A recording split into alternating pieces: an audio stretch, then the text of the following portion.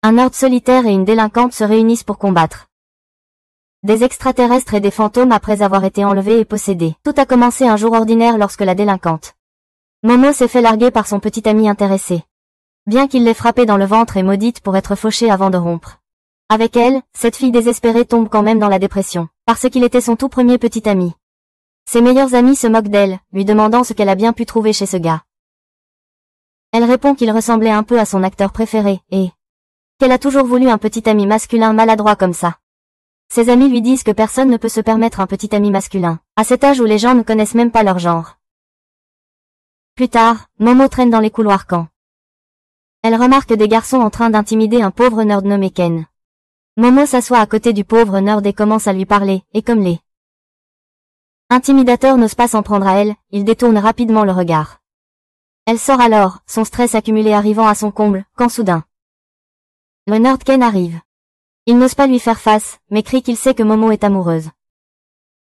Momo lui dit de sortir de son monde délirant parce que, même si elle est désespérée, elle ne tombera pas amoureuse de quelqu'un comme lui. Cependant, ce que Ken veut dire, c'est qu'elle est tombée amoureuse du contenu de son magazine qui parle d'ovnis et d'extraterrestres. Momo lui dit qu'elle ne s'intéresse pas à toutes ces stupides théories du complot. Mais Ken est toujours aussi persistant, comme un dragueur de YouTube. Momo lui dit de se taire parce qu'elle n'a pas le temps pour ses bavardages alors qu'elle vient de se faire larguer. Elle lui dit qu'il n'a pas d'amis parce qu'il est un nerd insistant. Laissant Ken stupéfait, Momo se rend immédiatement compte qu'elle a été un peu trop dure avec lui et ramasse son livre en s'excusant. Elle dit à Ken qu'elle ne croit pas aux extraterrestres, mais dans les fantômes, et il commence soudain à rire d'elle. Il dit que juste parce qu'elle se fait ghoster, cela ne veut pas dire qu'ils existent. Ils commencent à se disputer sur la question de savoir si les fantômes sont réels ou si ce sont des extraterrestres, et décident de prouver à l'autre qu'il a raison.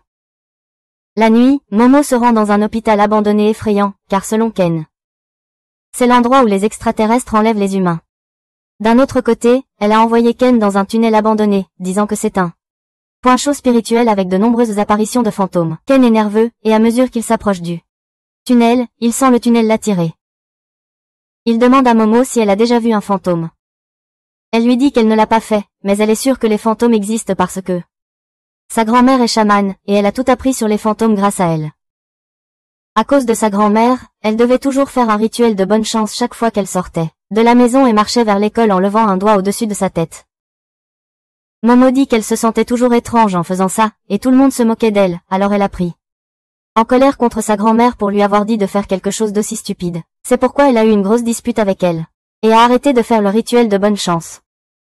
Cependant, elle comprend maintenant qu'elle n'était pas en colère contre sa grand-mère, mais contre les garçons qui se moquaient de ses pratiques. Elle dit à Ken qu'elle a toujours été fière du travail unique de sa grand-mère, et c'est pourquoi elle veut croire aux fantômes. Une fois qu'elle a terminé son histoire, Momo demande à Ken pourquoi il s'intéresse aux extraterrestres. Il lui dit qu'il n'a pas besoin d'une raison pour aimer les extraterrestres, et elle trouve ça bien. Juste à ce moment-là, Ken voit des empreintes de sang sur le sol qui s'arrête juste là où il se tient. Il se retourne immédiatement pour voir si quelqu'un est à proximité, et à son horreur, il y a le fantôme d'une vieille prostituée qui dit à Ken qu'elle peut lui faire un octua pour $2. Ken panique et commence à s'enfuir en criant. Momo lui demande ce qui ne va pas, et il lui dit qu'il vient de croiser une vieille femme lubrique, essayant de se convaincre qu'il n'a pas juste vu un fantôme. Momo lui dit d'arrêter de courir parce que le vieux fantôme appelé Turbo Granny va le poursuivre, et s'il la rattrape, il sera maudit pour toujours. Elle est trop tardive pour le dire car le fantôme rattrape Ken presque immédiatement. Et Momo n'entend que ses cris avant que le appel ne se termine et que l'écran de son téléphone portable ne devienne rouge. Elle pense que Ken est en danger et se précipite pour l'aider quand soudain les lumières du bâtiment s'éteignent et 3 personnes au look étrange apparaissent. Momo se demande ce qui se passe exactement et essaie de s'enfuir, mais les 3 hommes la rattrapent. Lorsqu'elle se réveille, elle est retenue captive dans une chaise spéciale. Les 3 hommes lui expliquent qu'ils sont des extraterrestres venus de la planète appelée Serpo, où il n'existe que des mâles et où ils se reproduisent par clonage. Un clonage excessif a perturbé leur évolution, et ils ont perdu toutes leurs émotions fondamentales. Ils sont donc sur Terre pour trouver des femelles afin de relancer une nouvelle génération. Un extraterrestre sort un énorme membre mécanique de son pantalon, ce qu'il a fait crier, mais ces luttes sont inutiles alors que les extraterrestres utilisent leur pouvoir hypnotisant pour l'endormir. Cependant, juste au moment où il s'apprête à lui prendre sa virginité, son téléphone portable sonne. Ils s'arrêtent tous et un extraterrestre va le ramasser, puis... Soudain, le fantôme de la grand-mère en sort et le frappe. Elle se met immédiatement à mordre les parties génitales de l'extraterrestre et l'envoie voler.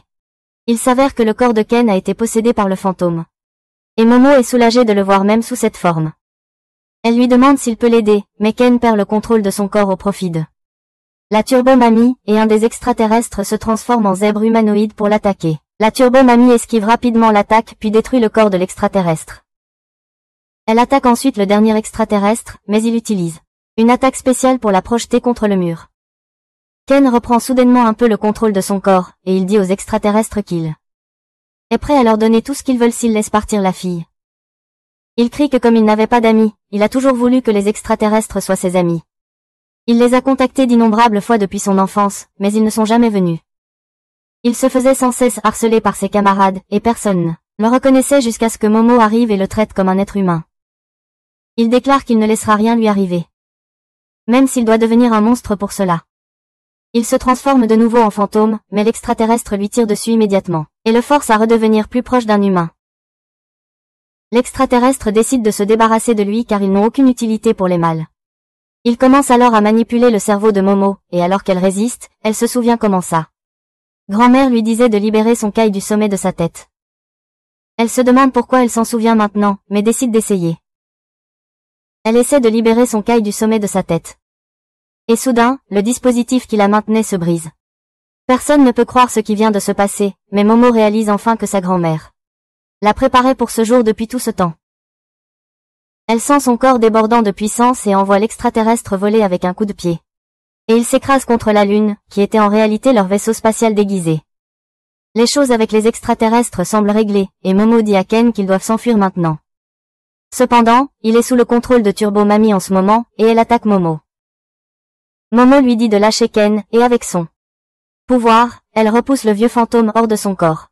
Cependant, Ken commence à se tortiller de douleur, et Turbo-Mamie dit qu'elle a le contrôle de sa petite banane, et tant que elle l'a, il restera possédé par elle. Momo lui dit de rendre immédiatement sa virilité à Ken, mais Turbo-Mamie lui dit de venir dans son tunnel pour qu'elle puisse avoir un combat équitable si elle veut sauver le garçon. Turbo-Mamie s'envole avec ça, puis le vaisseau extraterrestre fonce droit vers le bâtiment. Il traverse le bâtiment, et Momo parvient d'une manière ou d'une autre à sortir saine et sauve avec Ken. Plus tard, elle lui injecte son caille dans le corps pour le stabiliser. Ils réalisent tous les deux que les extraterrestres et les fantômes existent vraiment. Et maintenant ils se sont trop impliqués avec eux. Ken demande comment il peut se libérer de cette malédiction, et Momo lui dit qu'ils devront tabasser Turbo Granny pour qu'elle le libère. Ken dit qu'il ira là-bas et qu'il trouvera un moyen, puis commence à s'éloigner. Il enlève sa chemise et son pantalon et dit à Momo de les porter et de rentrer chez elle.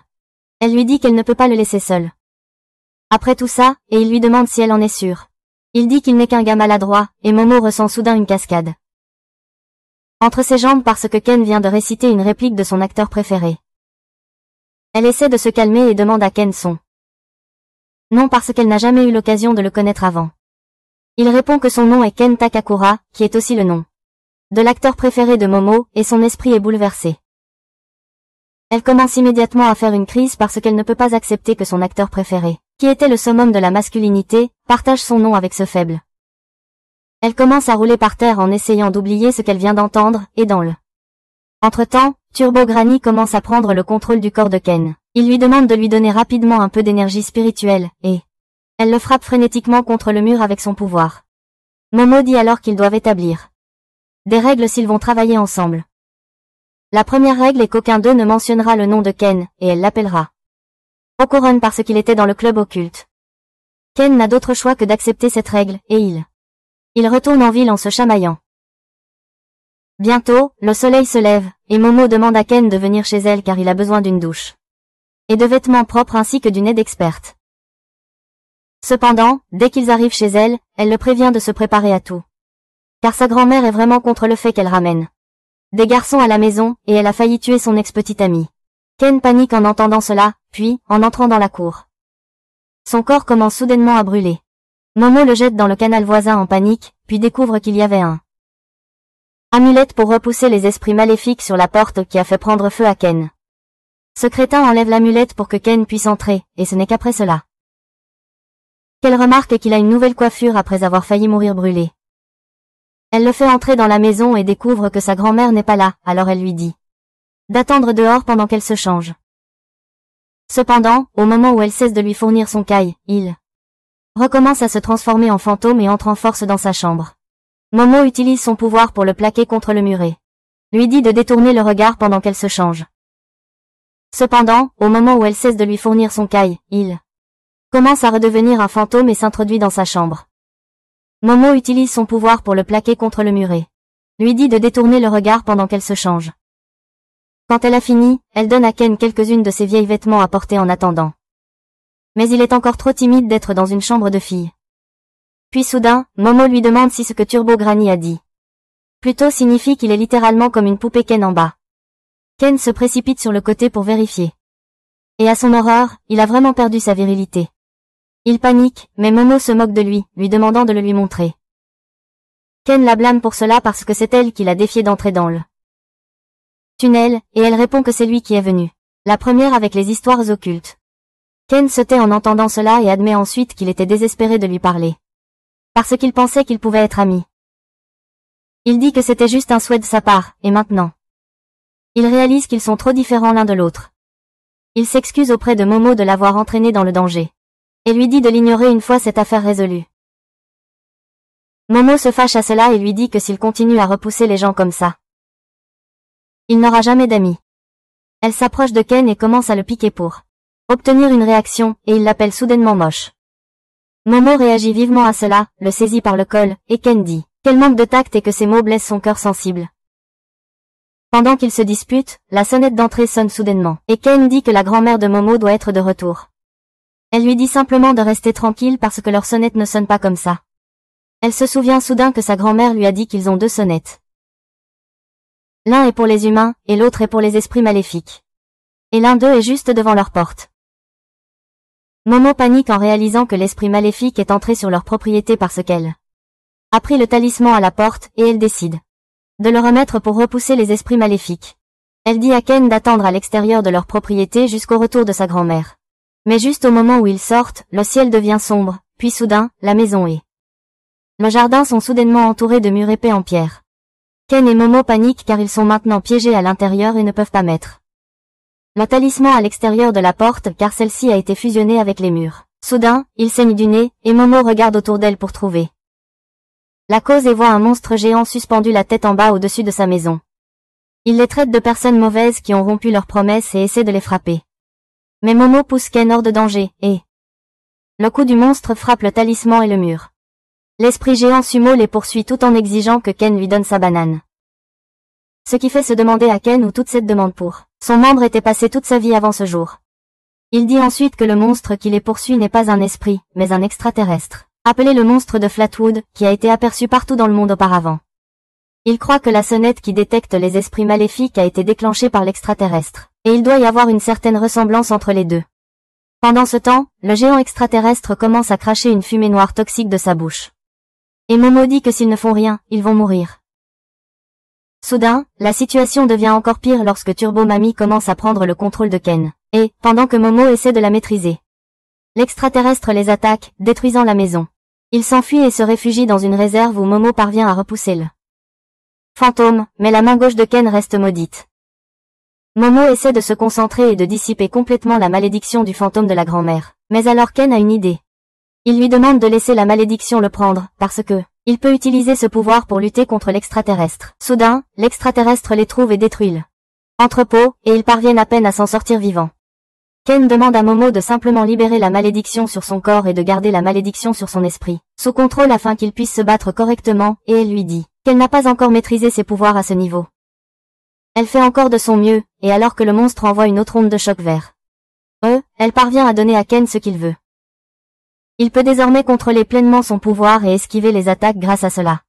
Momo est impressionné, mais à sa grande surprise, Ken est devenu une personne paresseuse et déprimée. Dans cette forme, comme moi, mais avec des super pouvoirs. Il se traîne vers l'extraterrestre et simplement reste là pendant que l'extraterrestre le frappe d'un claquement. Cependant, Ken a esquivé l'attaque à la dernière seconde grâce à la puissance de Turbo Mami et a aussi arraché les doigts de l'extraterrestre. Momo est convaincu qu'ils peuvent gagner, mais alors soudain Ken tousse du sang et perd ses pouvoirs. L'extraterrestre le projette au sol, mais avant qu'il ne puisse faire autre chose. Momo tire Ken en arrière. Il s'excuse d'avoir échoué à utiliser le pouvoir de Turbo Granny car son corps ne pouvait pas le supporter. Il panique, se demandant comment ils peuvent vaincre le monstre extraterrestre, quand soudain Momo a une idée. Puisque l'extraterrestre utilise des techniques de sumo, elle pense que s'ils font toucher ses mains, le sol, il sera vaincu selon les règles. Ken lui dit qu'elle est un génie Godom et se prépare à attaquer l'alien une fois de plus. Avec l'aide de Momo, il entre à nouveau dans son mode surpuissant et charge vers le sumo alien, déchirant sa jambe avec une grande vitesse. Momo termine le travail en utilisant son pouvoir pour forcer l'alien à terre. Et juste au moment où sa main touche le sol, elle fond. Cependant, l'alien a une force centrale incroyable, et il fait un salto arrière pour se relever, ses pieds avant que sa main seconde ne touche le sol. Il attrape alors Momo et la frappe contre le mur, et la malédiction commence à prendre le contrôle du corps de Ken. La malédiction s'arrête soudainement, et le Ken confus regarde Momo, qui continue de se battre, malgré avoir reçu de graves coups de l'alien. Elle le nargue, l'appelant tricheur qui continue de se battre même après avoir touché sa main au sol, et l'alien commence à la marteler.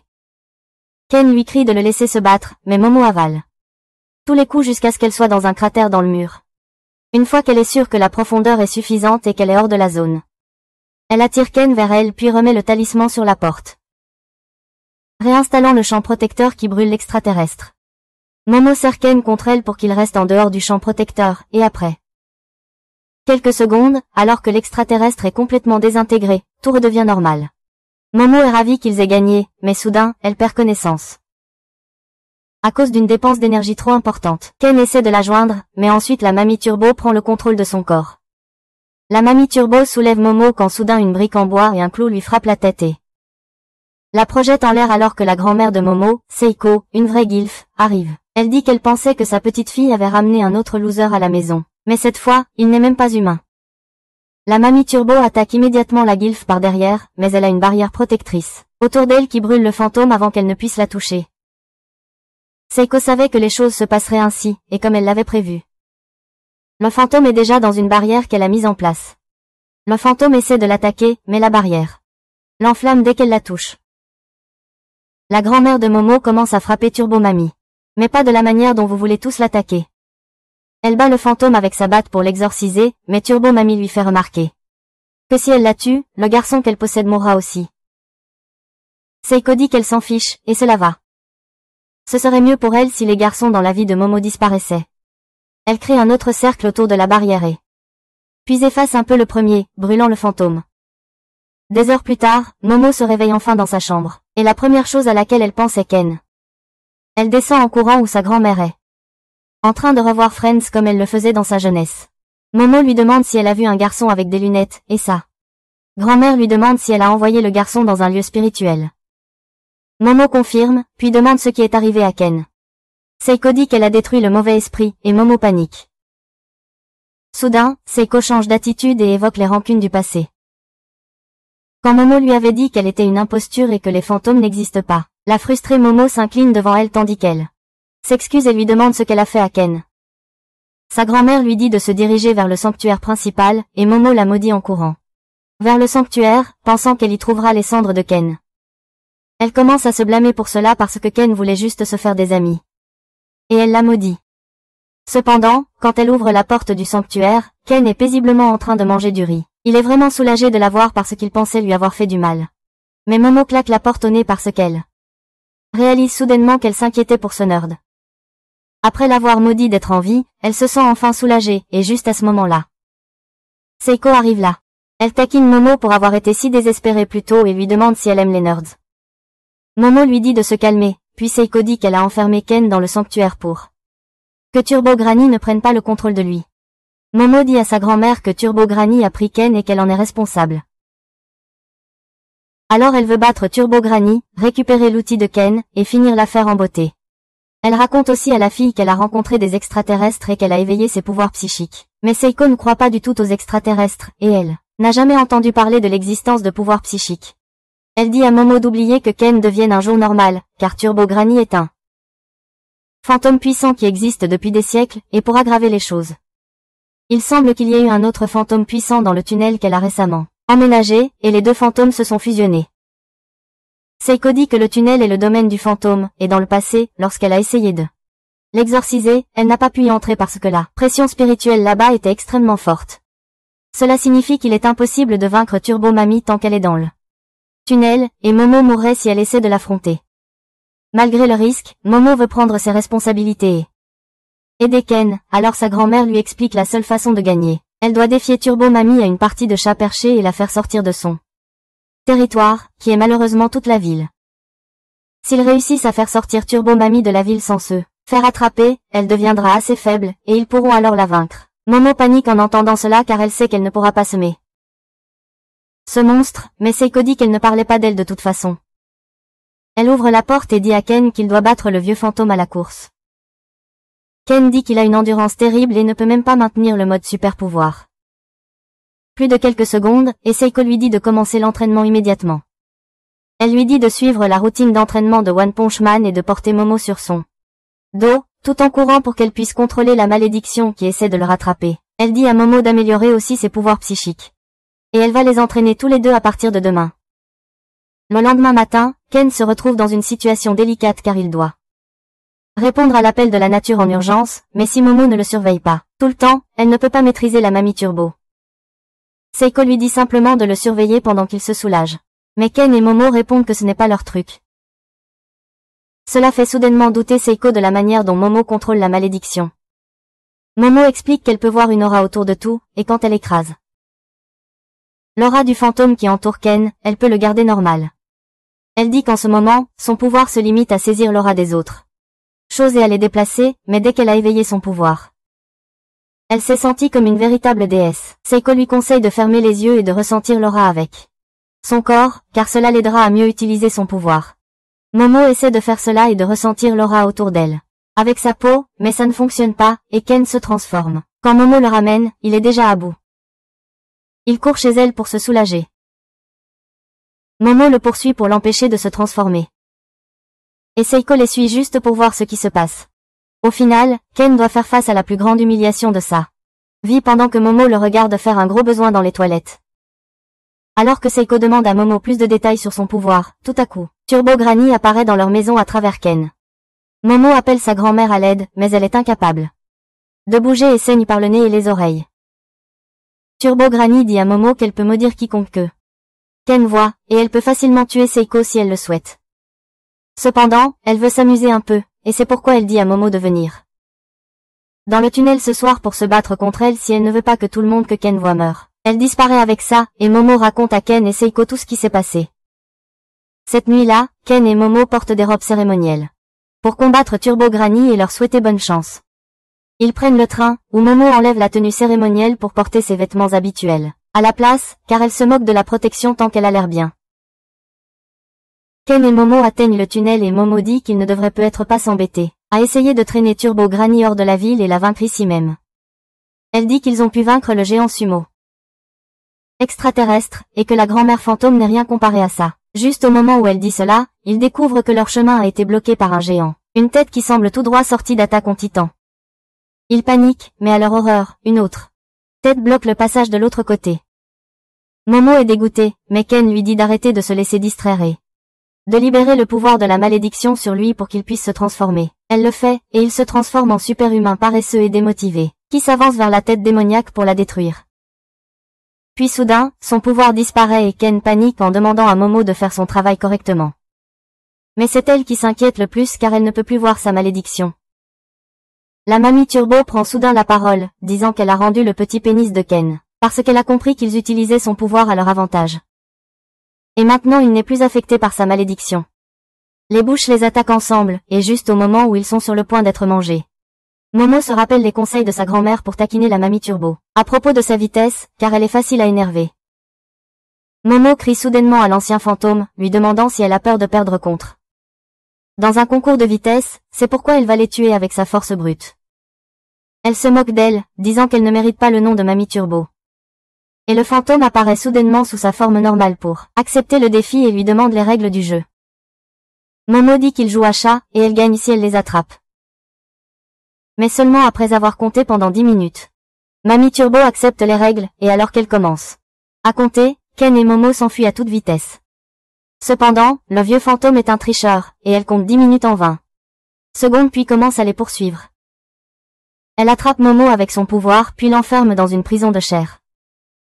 Et alors que Ken essaie de la libérer, Mamie Turbo s'approche de lui et dit qu'elle va maintenant compter 10 minutes pour lui. Il dit que c'est de la triche, mais Mamie Turbo répond que Momo n'a jamais précisé comment compter les 10 minutes. Elle ne laisse pas à Ken le temps de réagir et termine aussi son compte à rebours. Mais juste au moment où elle s'apprête à le toucher, Ken l'attaque et la mord de toutes ses forces. Turbo Mamie ne peut pas se libérer à cause des vêtements cérémoniels que Ken porte. Alors elle décide de le posséder d'abord puis déchire ses vêtements. Elle pense qu'elle devrait manger Momo et en finir rapidement, mais soudain elle est incapable de bouger. Au moment où Turbo Mamie a possédé Ken, Momo a pu sentir son aura et elle l'écrase avec ses pouvoirs.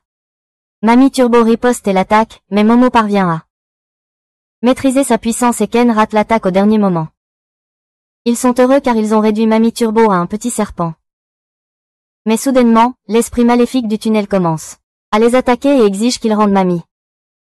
Ken et Momo s'enfuient du tunnel qui s'effondre, mais l'esprit maléfique les suit en se déplaçant le long du bord de la route. Il jaillit soudainement du bord de la route sous la forme d'un crabe, mais heureusement, il est stupide et se laisse facilement distraire. Ken demande à Momo de le laisser se transformer, mais elle trouve ça incroyablement difficile parce que le vrai corps de Turbo Granny est maintenant en lui.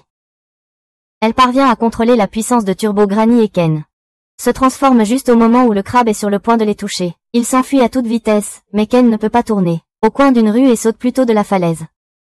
Momo commence à crier dans son oreille qu'il tombe, alors il utilise toute sa puissance et il tord ses pieds comme les pales d'un hélicoptère. Parce que la physique et l'anatomie ne s'appliquent pas à lui. Il parvient à ralentir leur chute et atterrit au sol en toute sécurité, mais ensuite, tout à coup, l'esprit crabe leur saute dessus. Momo est projetée dans les airs, mais elle panique en voyant des dizaines de visages sur le dos de l'esprit maléfique. Elle monte sur le dos de Ken alors qu'il commence à courir à travers la ville, et les gens commencent à prendre des photos parce qu'ils pensent qu'ils sont ridicules. Momo se rend compte que personne ne peut voir le crabe esprit, et même Ken leur semble normal. Il lui dit d'arrêter de s'inquiéter pour des petites choses parce qu'il est sur le point de tomber en panne d'essence. Momo a une idée, et elle guide Ken vers une source chaude. Le crabe fonce dans le bâtiment en les poursuivant, puis Momo lui verse de l'eau chaude, pensant que cela va le cuire et qu'ils seront sauvés. D'une manière ou d'une autre, sa méthode aléatoire marche vraiment. Et ils reprennent immédiatement leur course hors de la ville. Soudain, ils voient un énorme groupe de personnes courir vers eux, mais ce n'est qu'une fois qu'ils s'approchent qu'ils réalisent que ce sont tous des zombies contrôlés par des esprits maléfiques. Ils commencent à courir dans la direction opposée, et Turbo Granny se moque d'eux, disant qu'elle a demandé de l'aide à quelques esprits du cimetière local pour les empêcher de sortir. Ils se retrouvent soudainement encerclés de tous côtés, et même le crabe est de retour en action. Momo dit à Ken d'accélérer à fond, et il répond que cela ne les aidera pas à sortir de la ville. Elle lui dit de lui faire confiance et le transforme en sa forme surhumaine. Turbo Granny dit qu'elle a gagné, car Ken ne peut accélérer à fond qu'une seule fois, puisqu'il a utilisé une charge pour le mouvement en hélicoptère. Momo monte sur son dos, et Ken fonce à pleine vitesse. Momo dégage son chemin en utilisant son pouvoir et utilise cela pour se balancer à travers les bâtiments comme Spider-Man. Il traverse la horde de zombies, mais le crabe est toujours devant eux. Momo lance une voiture dessus, puis Ken la renverse et saute par-dessus le bâtiment derrière. Momo corrige leur direction en se balançant à une barre, et ils peuvent voir le train qui sort de la ville, mais ensuite Ken redevient normal. Momo utilise son pouvoir de force comme des ailes pour les ralentir et aide aussi Ken à se transformer à nouveau pour qu'il puisse les aider à atterrir en sécurité. Cependant, à l'atterrissage, Ken perd connaissance après avoir atteint ses limites physiques et Momo ne peut pas faire grand-chose non plus. Elle essaie de le réveiller, puis remarque soudainement qu'elle a lâché Turbo Granny pendant l'atterrissage. À sa grande surprise, Turbo Granny et son armée d'esprits sont juste devant eux. Et elle fusionne avec un esprit de crabe pour les tuer et les manger. Elle les provoque, demandant s'ils prévoient de la défier à nouveau. Et demande combien de temps ils veulent que le compte à rebours dure cette fois. Momo dit soudain qu'elle n'a besoin que d'une seule seconde pour s'éloigner d'une lampe comme elle. À ce moment-là, un train passe au-dessus, et elle le saisit avec son pouvoir. Monte dedans et s'éloigne de l'armée fantôme. Turbo Granny la poursuit et monte dans le train, disant qu'elle n'a plus où fuir maintenant. Momo répond que c'est sa réplique et la saisit avec ses mains de force alors que le train approche de la limite de la ville où Seiko attend pour finir le travail. Turbo Granny se tend pour atteindre Momo, mais le train franchit la limite de la ville et entre dans la barrière érigée par Seiko à ce moment-là. La puissance de la barrière brûle Turbo Granny et le crabe, et les esprits qui étaient à l'intérieur d'eux sont libérés alors qu'ils se transforment en cendres. Bientôt, le train s'arrête à sa dernière station, et Momo traîne Ken jusqu'à la plateforme, et il se réveille avec son esprit encore en plein milieu du combat. Bientôt, Seiko vient à leur rencontre, et ils se dirigent vers le tunnel pour rendre hommage aux filles qui ont été violées et tuées là-bas, puis transformées en esprits maléfiques à cause de cela. Seiko dit que des chamans comme elle ont poursuivi Turbo Granny pendant longtemps. Et elle a toujours été trouvée près des endroits où les esprits de filles tourmentées étaient présents. Elle dit que peut-être Turbo Granny voulait juste les soutenir, mais les humains et les fantômes ne devraient pas intervenir dans les affaires des uns des autres s'ils veulent exister en paix.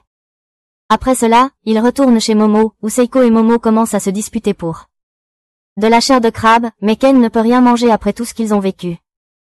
Il se prépare bientôt à rentrer chez lui et Momo lui dit qu'elle le verra demain, lui faisant réaliser qu'il a maintenant un ami. Le lendemain matin, Ken se cache derrière un poteau alors qu'il se prépare mentalement à dire bonjour à Momo. Cependant, en atteignant le portail de l'école et en trouvant Momo, qui l'attend là, il commence soudain à avoir des doutes. Il pense qu'elle pourrait attendre quelqu'un d'autre, alors il l'ignore timidement. Mais elle se heurte à lui et lui dit qu'il est trop tard. Elle continue de parler des extraterrestres qui l'ont enlevé, et Ken continue d'écouter, parce qu'il n'arrive toujours pas à croire qu'une fille lui parle. Cependant, dès qu'il arrive en classe, il est traité comme de la merde par tout le monde, comme d'habitude. Mais Ken décide de leur pardonner à tous parce qu'il est de bonne humeur aujourd'hui. De son côté, Momo est complètement sonnée, et même quand ses amis lui montrent des miroirs, elle ne réagit pas. Elle s'inquiète pour elle parce qu'elle n'a pas répondu à leur texto et n'est même pas venue à l'école hier. Elle pense qu'elle peut être retournée avec son ex-loser, qui l'a rejeté encore une fois, et maintenant elle a le cœur brisé. Momo soupire et s'allonge sur sa table, et ses amis pensent qu'elle est sur le point de pleurer, mais en réalité elle essaie juste de réprimer l'envie de parler des extraterrestres avec Ken. Lui aussi ressent la même chose et se reproche d'être un lâche. Et de ne pas avoir pu répondre aux questions de Momo ce matin. Il patiente avec calme et, pendant la pause déjeuner, se dirige vers les salles de classe voisines, mais à cause de la foule immense. Ils se croisent. Ils essaient de vérifier la cafétéria et la distribution de collations en ne trouvant pas l'autre dans la salle de classe, mais le timing est un peu, et ils se ratent encore une fois. Ils s'asseyent sur des bancs de chaque côté d'un couloir et commencent à penser que peut-être leur amitié ne va pas fonctionner. Ken craint que Momo ait réalisé qu'il est un loser ennuyeux, et elle ressent qu'il doit être irrité par elle parce qu'elle était trop enthousiaste et impatiente. Il commence à retourner en cours, la tête baissée, déçu. Il se heurte en plein milieu du couloir, partageant un très bref baiser accidentel. Il panique à cause de l'accident, puis réalise qu'ils se cherchaient l'un l'autre tout ce temps en pensant que l'autre les évitait. La situation devient vraiment gênante, et Momo essaie de changer de sujet quand soudain, ses amis qui les observaient depuis le début prennent la parole. Ils disent que Momo et Ken viennent de s'embrasser et lui demandent si ce gars est son plan B. Momo panique en entendant cela et dit qu'elle n'embrassera jamais un nerd à lunettes comme lui, et Ken rétorque qu'il ne laissera jamais une fille avec une attitude désagréable l'embrasser non plus. Ils commencent à s'engueuler et disent qu'ils ne veulent plus jamais se revoir. Ils vont dans leur salle de classe, mais les amis de Momo les soutiennent totalement. Ken va aux toilettes pour se soulager, pensant à la façon dont il va s'excuser auprès de Momo pour ça, mais en ouvrant sa fermeture éclair, il découvre quelque chose de très anormal avec ses outils. D'autre part, les filles de la classe de Momo l'ont entouré, et ses amis leur disent qu'elles viennent de la voir embrasser un mignon nerd. Momo devient toute rouge en leur disant que ce n'est qu'un malentendu. Puis Ken entre dans sa classe, haletant et en sueur. Il dit à Momo qu'il doit lui parler de quelque chose de très important en privé, mais elle le rejette, disant qu'elle ne veut pas. Les filles commencent à taquiner Momo pour être trop froide avec son petit ami, et elle leur dit de se taire parce qu'il ne se passe rien entre elle et le nerd. Elle dit qu'elle n'a pas envie de lui parler, et Ken se fâche. Il demande à Momo si elle a honte d'être son amie, puis retourne tranquillement en cours puisqu'elle ne répond même pas. Après la fin des cours, Ken commence à sortir, se demandant si Momo est toujours en colère contre lui. Il heurte accidentellement une fille aux cheveux roses, qui s'excuse et lui demande s'il va bien. Ken panique un peu car la fille est jolie et le traite gentiment. Et alors qu'elle commence à devenir plus amicale, Ken sent son cœur battre rapidement. En même temps, Momo arrive, se sentant mal d'avoir blessé Ken pendant la journée. Elle prévoit de s'excuser auprès de lui, mais quand elle le voit avec la fille aux cheveux roses, elle devient jalouse et pense qu'il lui a menti en disant qu'il n'avait pas d'amis. La fille aux cheveux roses quitte Ken après que son ami arrive, et elle commence à parler. De combien Ken était idiot de tomber dans son jeu. Elle parle de comment les nerds vierges comme lui ne peuvent même pas espérer parler à une fille. Et c'est amusant de les voir confondre les actions gentilles d'une fille au hasard avec de l'intérêt. Momo se fâche contre ça, alors elle fait tomber une baignoire sur la tête de la garce avec ses pouvoirs psychiques. Ken semble inquiet pour elle, mais alors Momo se raccroche soudainement à lui, en disant joyeusement qu'ils devraient rentrer ensemble. Il est confus quant à ce qui se passe, mais Momo ne fait que lancer un regard en coin à la fille aux cheveux roses et à son amie, pendant qu'elle l'emmène. Après cela, Momo s'excuse pour son attitude impolie pendant la pause déjeuner et dit qu'elle était embarrassée à cause de l'accident. Embrasser et pas être amie avec lui. Ken est touché par ses excuses, mais soudain, il se souvient qu'il y avait quelque chose de plus important qu'il voulait discuter. Il y avait quelque chose de plus important qu'il voulait aborder. Momo lui demande ce que c'est, et Ken lui dit que ses couilles ont disparu. Momo l'emmène immédiatement chez elle, où elle ne peut pas s'empêcher de rire pendant que Ken explique le problème à Seiko. Il dit que lorsque sa saucisse est revenue, il a pensé que tout allait bien, et il n'a pas remarqué que ses œufs avaient disparu. Seiko est déçue qu'il s'en soit rendu compte si tard. Puis elle dit qu'elle va y jeter un œil. Ken panique parce qu'il ne montre pas ses parties intimes. Mais Seiko dit qu'elle va regarder dans son âme. Elle prépare une bassine remplie d'eau dans laquelle Ken trempe ses pieds, une poupée avec un talisman posé dessus, et un miroir ordinaire.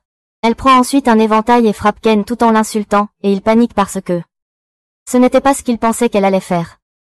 Il pense qu'elle se moque juste de lui, mais quand Seiko le gifle une deuxième fois, Momo dit qu'elle a vu l'aura de Ken bouger quand elle l'a frappé. Seiko est certaine que cette aura n'est pas celle de Ken, mais celle d'une autre entité qui se cache en lui. Elle dit à Momo de la tirer dès qu'elle frappe Ken à nouveau, et toutes les deux se préparent. Seiko gifle Ken, et Momo tire l'aura qui est à l'intérieur de lui, mais elle lui échappe des mains et disparaît. Elle panique d'avoir laissé ça échapper, mais Seiko pointe vers la poupée et le talisman. Le talisman brûle, et l'esprit qui était à l'intérieur de Ken se retrouve soudain dans la poupée. La poupée s'enfuit avant que Seiko puisse l'attraper, mais Momo la trouve en ressentant son aura. Elle attrape les poupées avec son pouvoir puis ouvre la porte pour les voir se débattre sur le sol et les maudire.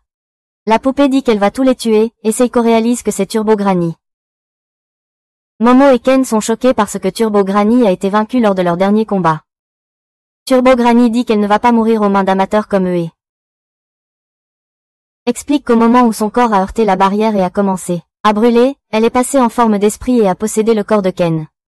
Elle n'avait pas d'énergie spirituelle, et elle attendait qu'elle se reconstitue pour pouvoir se venger. Ken dit qu'elle ne peut pas le faire maintenant et la menace avec un talisman en lui demandant de lui rendre ses testicules. Turbo Granny rit, disant que s'il la tue, il ne les récupérera pas. Et s'il les veut, il devrait tuer les deux femmes. Ken devient furieux contre elle, et dans sa rage, il se transforme soudainement en sa forme surhumaine. Tout le monde est choqué par cela, et il se demande comment Ken peut se transformer si Turbo Granny n'est plus en lui. Seiko réalise que Turbo Granny essayait de s'accrocher trop fermement à Ken quand elle l'a frappé avec le ventilateur qui expulse les esprits malins des gens. Donc seule sa conscience a été expulsée, et son pouvoir est toujours en Ken. Seiko dit qu'ils ont l'avantage maintenant parce qu'elle est la seule à pouvoir transférer la conscience de Turbo Granny dans autre chose qu'une poupée. Turbo Granny panique, et Seiko commence à la frapper de gauche à droite avec un éventail. Ken redevient normal rapidement, et Turbo Granny s'enfuit. Mais Seiko la poursuit et recommence à la battre. Momo appelle à une trêve et dit au vieux fantôme qu'elle ne la déteste pas vraiment. Par sympathie pour les filles qui ont été lésées. Elle propose de rendre ses pouvoirs à Turbo Granny si elle rend les billes de Ken. Turbo Granny accepte le marché, mais dit que les précieux bijoux de famille de Ken ne sont pas avec elle car elle les a perdus quelque part. Elle les emmène dans un parc, où elle leur explique que les billes de Ken sont couvertes par son énergie spirituelle, donc elles apparaissent comme des boules d'or massives de 5 cm de diamètre. Ken et Momo cherchent frénétiquement les billes, mais ne les trouvent pas, et Momo lance une pique en disant qu'ils ne peuvent probablement pas trouver des choses aussi petites. Turbo Granny se détend et dit que peut être un esprit ou un monstre les a déjà pris. Elle explique que les billes de Ken étaient pleines d'énergie vitale, et que les esprits adorent collectionner des choses comme ça parce qu'ils croient que collecter de l'énergie vitale peut les transformer à nouveau en humains. Momo panique car cela signifie que trouver les billes est encore plus difficile et demande de l'aide à Turbo Granny. Mais elle leur dit que cela ressemble à un problème qui les concerne. Momo et Ken se fâchent à cause de cela et commencent à lui taper dessus.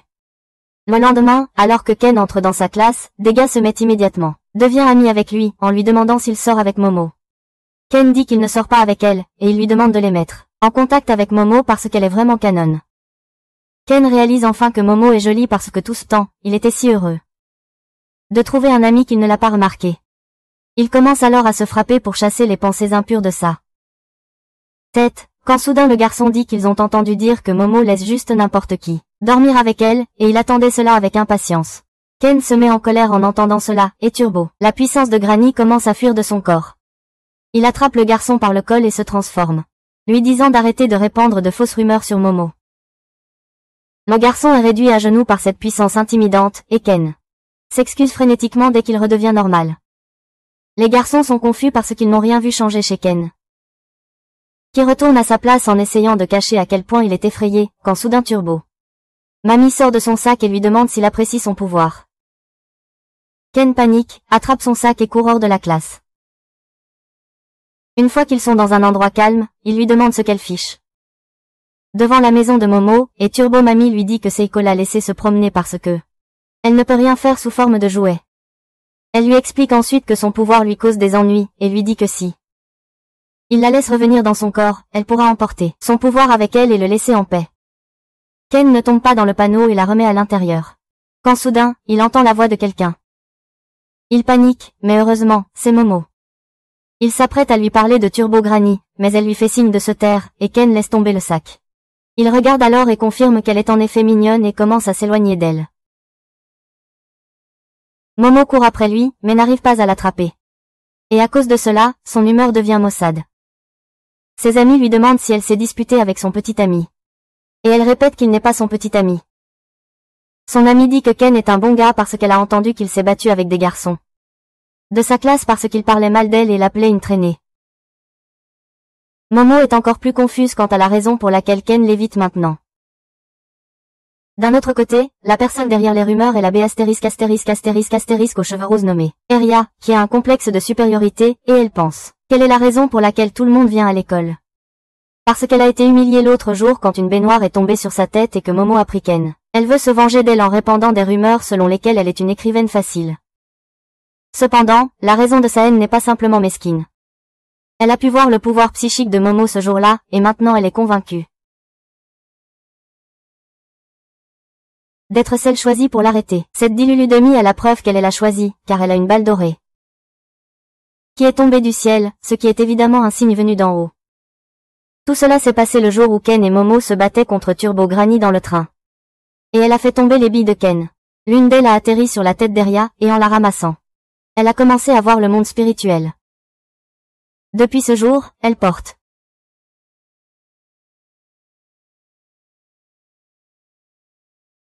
ses amis avec elle, apportant des choses qu'elle leur a demandé de ramener, comme un manuel d'exorcisme et une vieille croix. Elle prévoit de vaincre Momo avec ça, et ses amis reconsidèrent leur choix de vie qui les ont rapprochés d'elle. Eria dit qu'elle voit une femme en robe rouge dans le champ, mais ses amis ne la voient pas. Et maintenant elle est certaine que ça doit être un esprit maléfique. Elle se cache derrière le mur, mais quand deux garçons arrivent, elle commence à faire semblant d'être une fille naïve avec eux. Elle fait signe à ses amis qu'ils feront les héros après l'école, et par coïncidence, Turbo Mamie voit tout. Pendant la pause déjeuner, Ken et Momo déjeunent ensemble, et ils n'arrivent toujours pas à lui faire face. Turbo Mamie est là aussi, et elle se dispute avec Momo, mais Ken intervient. Oe dit que Turbo Granny a dit qu'elle avait trouvé une des boules dorées. Elle dit qu'une fille a trouvé une des boules, et que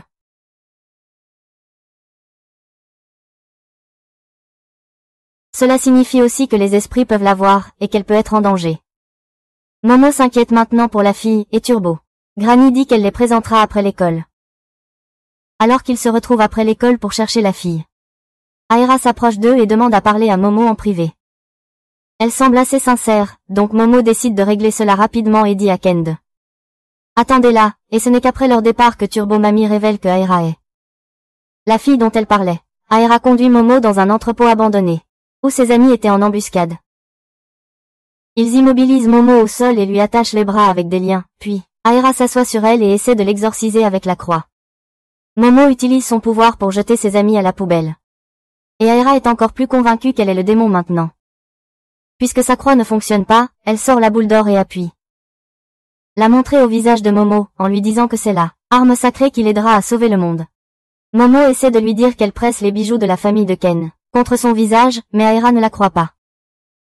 Juste à ce moment-là, Ken arrive en courant, disant à Momo qu'Aira n'est pas la méchante ici, mais qu'elle est ciblée par quelqu'un de très maléfique. Alors qu'il dit cela, un esprit maléfique bondit sur Aira, l'emportant avec elle. L'esprit se dit être la mère défunte d'Aira, et affirme qu'elle a été la regardant tout ce temps, et maintenant qu'Aira peut enfin la voir. Elle veut toujours rester avec elle. Ken se transforme pour libérer Aira, mais l'esprit est plus rapide que lui et le capture facilement. Elle avale Ken tout entier, et Momo essaie de l'arrêter, mais elle ne peut pas utiliser toute sa puissance car ses mains sont liées. L'esprit la repousse puis avale Ken, avant de se tourner vers Aira et de lui dire qu'elle attendait qu'elle la voie depuis 10 ans depuis la première fois qu'elle a pu la voir accidentellement dans son enfance. Aira est incapable de traiter quoi que ce soit, et elle demande à l'esprit si elle n'est pas la servante de Momo. Juste à ce moment-là, Momo apparaît hors des décombres et dit à l'esprit de rendre Ken. Aira réalise que l'esprit n'est pas lié à Ken. Alors elle suggère qu'ils travaillent ensemble pour le vaincre. Momo ne veut rien avoir à faire avec elle quand soudain, Turbo Mamie sort des décombres. Avec un smartphone qu'elle a dérobé aux amis de Momo. Elle cherche des informations sur l'esprit en ligne et découvre qu'elle est une débutante appelée Acrobatic Silky. D'un autre côté, Aira traite Silky de monstre. Et dit qu'elle a le pouvoir de la vaincre. Cela contrarie Silky, qui engloutit la fille entière, puis blâme Momo pour avoir corrompu l'esprit de sa fille. Elle projette ses cheveux et attrape Momo, tandis que Turbo Granny refuse de l'aider dans cette situation. Silky demande à Momo de s'excuser, mais elle lui dit d'aller se faire foutre, et l'esprit enragé la fait tournoyer, la traînant à travers les murs avant de la projeter au sol. Elle a bandé les yeux de Momo et l'a étranglée, puis lui demande de l'appeler maman si elle veut être pardonnée. Momo la traite de merde, et la furieuse Silky l'avale aussi. Puis commence à pleurer pour son enfant. Soudain, Turbo Granny arrive vers elle et lui dit de relâche les enfants qu'elle a avalés si elle veut vivre. Silky lui demande ce qu'elle peut bien faire dans cette forme, et Turbo Granny dit qu'elle pourrait simplement lui donner de bons conseils, ce qu'elle fit. Puis soudain, Silky prend feu parce qu'elle a avalé ses cheveux avec Momo. Et le briquet que l'air croisé avait été en fait un briquet. Momo a utilisé ce briquet pour la mettre en feu, et Silky est forcée de tout vomir. En tirant la touffe de cheveux en feu de son ventre. Silky pense au moment où elle était encore humaine et avait perdu sa fille. Elle courait frénétiquement dans la ville, essayant de la retrouver. Et ce souvenir rend la sensation car elle lui a été enlevée encore plus forte. Elle maudit Ken et Momo pour avoir pris sa fille. Elle leur lance des billes d'acier avec ses cheveux. Il s'enfuit à travers les espaces étroits dans le dépôt, et Momo dit à Ken qu'elle a un plan. Silky les trouve juste à ce moment-là et frappe Momo avec ses cheveux avant de tourner son attention vers Ken. Elle l'attaque, mais grâce à sa transformation, il parvient à éviter ses attaques tout en portant Aira. Silky utilise la disposition trompeuse de l'entrepôt et ses compétences acrobatiques pour se rapprocher de Ken, puis le repousse avec un coup de pied. Aira est inconsciente et sans défense maintenant, et Silky commence à s'approcher d'elle. Elle a accepté le fait qu'Aira ne l'appellera plus maman, mais elle veut toujours être avec elle pour toujours, et son idée pour y parvenir est de dévorer la fille. Elle commence à marcher vers Aira, quand soudain elle se rend compte qu'elle ne peut pas avancer. Silky se demande ce qui se passe, puis Momo. N'importe quoi avec ses cheveux, mais elle ne peut pas lâcher les choses après les avoir attrapés. C'est pourquoi elle est coincée, puis Ken arrive aussi pour soutenir Momo. Soudain, Silky commence à détruire les poutres en acier pour se libérer, et Momo la saisit par les jambes avec sa puissance. Elle dit à Ken d'accélérer à fond et de faire disparaître l'esprit, mais il ne sait pas comment faire ça. Il dit que chaque fois qu'il utilisait sa puissance à fond, ils étaient dans une situation désespérée, situation de vie ou de mort, et il ne sait pas s'il peut le faire maintenant. Momo lui dit de simplement donner un coup de pied à Silky de toutes ses forces, mais pendant qu'ils se disputent, Silky s'arrache les cheveux et les attaque. Momo donne un coup de pied à Ken pour le sauver de l'attaque de Silky, puis lui dit de se dépêcher de s'occuper d'elle.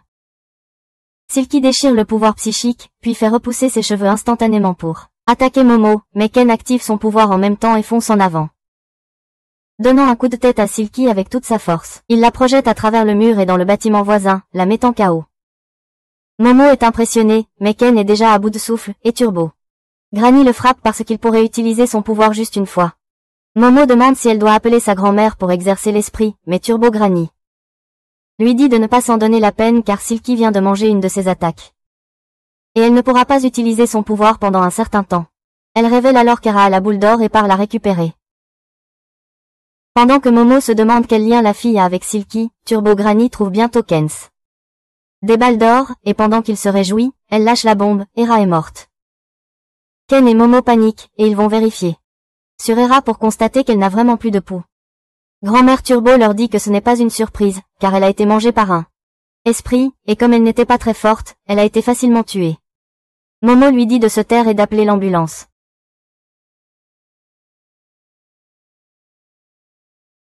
Pour donner de l'oxygène à la fille. Ça ne marche pas, puis Silky se réveille. Ken va l'affronter, mais l'esprit dit qu'elle veut les aider à ramener Era à la vie.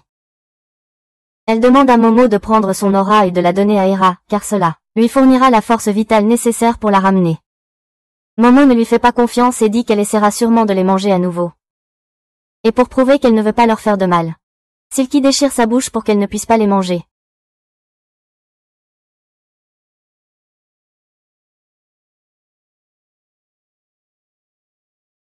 Momo ne fait toujours pas confiance à l'esprit, alors elle dit à Ken, pour se transformer et rester prête au cas où elle tenterait quelque chose. Elzen saisit l'aura d'Air et de Silky, agissant comme un canal entre elles. Alors que son aura est en train d'être enlevée, Silky se souvient du moment où elle était en vie. Elle était une mère célibataire qui occupait plusieurs emplois pour soutenir sa fille et travaillait même comme prostituée pour gagner de l'argent. Sa fille était la seule source de bonheur dans sa vie, et elles étaient heureuses ensemble. Puis, la nuit de l'anniversaire de sa fille, 2 intrus ont pénétré dans leur maison. Ils ont malmené Silky et ont emporté sa fille. Elle a frénétiquement essayé de la chercher, mais s'est effondrée sur la route et y est morte. Après être devenue un esprit, la mémoire de Silky a commencé à s'estomper, mais un jour, la jeune Era l'a accidentellement touchée, pensant qu'elle était sa mère, qui venait de mourir. La fille ne savait pas que Silky était un fantôme, mais en la voyant, Silky se souvenait de la fille qu'elle avait perdue. Elle ne pouvait pas se rappeler du visage de sa fille, alors elle croyait qu'elle était là. Mère d'Era et jura de la protéger cette fois, se transformant en monstre pour elle. Soudain, son flashback se termine alors que Momo finit de transférer son aura dans le corps d'Era. Momo tombe à genoux, et Ken se prépara se battre contre Silky, pensant qu'elle lui a fait quelque chose. Momo lui dit d'arrêter avec des larmes aux yeux parce qu'elle pouvait voir les souvenirs de Silky, et puis Era se réveille soudainement. Silky s'excuse auprès d'elle d'être devenue un monstre qui a essayé de lui faire du mal alors qu'elle voulait juste la protéger. Elle commence à se désintégrer lentement, et Turbo Granny dit à Momo que depuis Silky a donné toute son aura à Era, elle va mourir. Comme elle a encore des regrets, elle ne pourra pas passer dans l'au-delà. Et toute son existence sera effacée, personne ne se souviendra jamais d'elle. Momo devient affolée, demandant s'ils ne peuvent rien faire pour l'aider, et Turbo Granny répond que rien de ce qu'ils font ne peut apaiser le cœur de l'esprit. Silky regrette sa vie en se tournant vers Ash, pensant que sa fille aurait été en sécurité et heureuse si elle n'était pas née d'elle. Elle souhaite avoir pu lui offrir une vie meilleure, puis soudain, Era court vers elle. Elle serre Silky dans ses bras, l'appelant encore une fois maman et la remerciant pour tout. L'esprit finit par se souvenir du visage de sa fille, et cela lui donne la paix d'esprit nécessaire pour traverser vers l'autre monde. Era et Silky pleurent alors que l'esprit se transforme enfin en poussière, et Era prie pour qu'elle aille paisiblement dans l'au-delà et jure qu'elle ne l'oubliera jamais. Plus tard, tout le monde se rend chez Momo pour manger, et Ken a un œil sur Momo et l'autre sur Era, essayant de deviner laquelle des deux est la plus beau et où il a plus de chances de marquer. Momo demande soudainement à Era si elle la déteste parce qu'elle lui a fait tomber une baignoire sur la tête. Elle dit que ce n'était pas. Mais seulement si Era s'excuse auprès de Ken de s'être moqué de lui. Era continue de slurper ses nouilles en disant à Momo qu'elle est certaine qu'elle est un démon, ce qui est la véritable raison pour laquelle elle la considère comme une ennemie. Momo slurpe ses nouilles encore plus agressivement en disant à Era qu'elle est bête et stupide, et qu'elle a tout faux. Era pointe immédiatement vers Ken et demande que si elle n'est pas un démon. Pourquoi Ken avait l'air d'un combattant Silky. De plus, Era refuse de croire qu'une belle et jeune femme comme Seiko puisse être la grand-mère de Momo. Seiko se plie immédiatement en entendant cela, et elle prend le parti d'Era, disant que Momo est vraiment un démon. Cela alimente encore plus les délires d'Era, et elle pense que tout le monde ici est un démon et que Momo est leur leader qui veut détruire la Terre. Momo en a assez de ces conneries, alors elle se remplit la bouche de nouilles. Commence à parler comme une marmotte, et personne ne la comprend. Era fait de même, et elle commence à tourner autour de la table en se lançant des insultes en gougou gaga Duolingo, tandis que Ken se concentre sur les nouilles. Après qu'Era ait fini, elle décide de quitter la maison avec un avertissement à Momo qu'elle la vaincra la prochaine fois. Seiko l'encourage, frustrant Momo, puis soudainement, Era revient pour demander à Ken pourquoi il l'a sauvé plusieurs fois malgré le fait qu'il soit un démon. Ken répond qu'il n'a pas besoin de raison pour sauver quelqu'un, et Era est émue. Elle dit et jure qu'elle le sauvera un jour du contrôle de Momo. Elle s'enfuit avec ça, laissant tout le monde perplexe face à son niveau de Dululu. Peu après, Ken se retrouve dans une situation délicate alors que Turbo Granny décide de remettre son bijou de famille à sa place. Cela se transforme en un véritable match de baseball alors que Seiko prend une batte pour frapper le lancer de Turbo Granny. Heureusement pour Ken, elle rate son tir, et la balle dorée touche exactement là où il faut et se rattache à son corps. Ken crie quelque chose entre ses jambes qui peut se blesser. Et il est à la fois content et embarrassé. Le lendemain à l'école, Momo commence à se demander où trouver la deuxième balle. Elle suggère d'en parler davantage pendant la pause déjeuner, mais Ken dit qu'il doit travailler sur un rapport. Elle propose d'aller dans un cybercafé après l'école. Mais il trouve une autre excuse pour la repousser. Plus tard, quand Momo va déjeuner avec ses amis, il lui demande pourquoi il n'est pas avec Ken. Elle leur dit qu'il essayait de garder ses distances avec elle, et elle pense qu'il cache quelque chose de suspect. Ses amis la taquinent, lui demandant si elle pense que Ken la trompe, et Momo ne dit même pas qu'ils ne sortent pas ensemble cette fois. Elle pense soudainement à quel point Era semblait intéressée par Ken, et elle ne peut contenir sa curiosité. Elle dit à ses amis qu'elle sort acheter des boissons, mais en chemin. Elle se demande si c'est bien de contacter Ken alors qu'il lui a dit qu'il était occupé. Soudain, elle le trouve allongé sur Aira dans une position osée, et elle laisse tomber le jus alors que son cœur se serre en les voyant ensemble. Quelques minutes plus tôt, Ken s'entraînait seul pour devenir plus fort face aux défis qu'il va devoir affronter à l'avenir, car il ne veut pas dépendre de Momo pour toujours. Soudain, Aira s'est approchée de lui et a commencé à parler de comment elle est humaine, et lui un démon, ce qui signifie qu'ils ne pourront jamais être ensemble. Cependant, cela n'allait pas briser les sentiments qu'elle avait soudainement développés pour Ken, et elle décida de lui avouer. Elle commença à s'approcher de lui et se pencha pour l'embrasser, mais Ken paniqua et lui donna une gifle en la repoussant. Il lui demanda ce qu'elle fichait, et elle lui expliqua qu'elle avait lu dans un livre qu'elle devait embrasser la personne à qui elle avouait son amour. Ken a paniqué et lui a demandé quel genre de livre disait ça, et Aira lui a dit que c'était une des collections de maïs de son père. Ken lui a dit de changer de source de référence puis a essayé de s'éloigner d'elle, mais Aira n'était pas prête à le laisser partir. Elle a commencé à se débattre avec lui en essayant de l'embrasser, disant qu'elle ressentait ses sentiments pour la première fois, alors elle allait l'embrasser quoi qu'il arrive. Pendant qu'ils luttaient, Aira a fait trébucher Ken, ce qui les a fait tomber tous les deux par terre. Elle a fermé les yeux et fait la moue pour que Ken l'embrassait, et c'est à ce moment-là que Momo les a trouvés. Alors que Momo laisse tomber les cartons de jus, Ken tourne son attention vers elle, et il panique en réalisant qu'elle va mal comprendre les choses. Il essaie de lui dire la vérité, mais elle le traite simplement de la pire merde qu'elle ait jamais vue et retourne en classe. Ken la suit, essayant de dissiper le malentendu. Mais Momo ne veut rien entendre. Elle lui reproche de lui avoir menti, et Ken ne peut pas ne dit rien en retour car il lui a effectivement menti. Après être retournée en classe, Momo sombre dans la dépression car elle n'arrive pas à se défaire de ce sentiment d'avoir été trompée. Elle perd toute énergie et commence à avoir des accès de folie, et ses amis s'inquiètent vraiment pour elle. D'un autre côté, Ken continue de s'entraîner au milieu de la classe, réalisant que tout est de sa faute pour avoir menti à Momo. Il voulait grandir sans lui faire savoir afin qu'il Cela pouvait sembler cool, mais ça lui a complètement échappé. Soudain, il remarque que le sol sous ses pieds est inondé, et sa salle de classe est complètement vide. Il se demande ce qui se passe, quand soudain, il entend le cri d'aide d'Ara. Il se précipite dehors pour la voir, et découvre qu'elle a peur car l'école est entourée d'une obscurité totale et que le niveau de l'eau ne cesse de monter. Elle pense que c'est Momo qui a fait ça, et que elle n'est pas là. D'un autre côté, Momo fait face à la même situation. L'école semble être complètement verrouillée, et il n'y a personne autour. Elle commence à s'inquiéter pour Ken, mais rien que d'y penser la met en colère. Soudain, elle entend quelque chose s'approcher d'elle et découvre que c'est un parent du monstre du Loch Ness. Elle se cache derrière le mur en se demandant ce que ce monstre était ce qu'il fait ici, tout en essayant de l'apercevoir.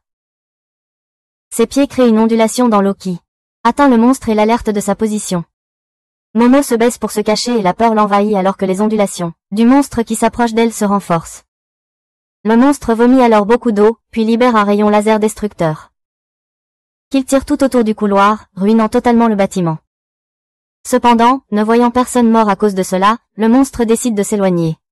Momo est d'une certaine manière en sécurité après cette attaque, et elle s'inquiète encore plus pour Ken maintenant. D'un autre côté, Ken et Hera entendent le bruit de l'attaque du monstre. Et Ken réalise que cet incident doit être comme la fois où ils ont été attaqués par un extraterrestre dans la maison de Momo. Il en parle à Hera, et elle a du mal à croire que les extraterrestres existent. Alors que Ken la rassure en lui disant que les extraterrestres existent vraiment.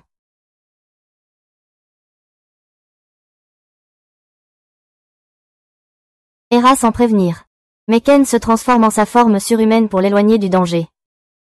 Il lui dit de disparaître parce qu'il ne peut pas se battre en la protégeant, mais alors, soudain, il commence à ressentir une pression puissante qui annule sa transformation et le projette au sol. Soudain, les 3 extraterrestres étranges qui ont enlevé Momo dans le passé apparaissent autour de lui. Ils disent à Ken qu'ils veulent sa banane, et Hera s'avance pour le protéger. Ken lui dit de fuir parce qu'elle est en danger de la pire sorte en ce moment. Mais les extraterrestres ne s'intéressent pas à elle pour l'instant.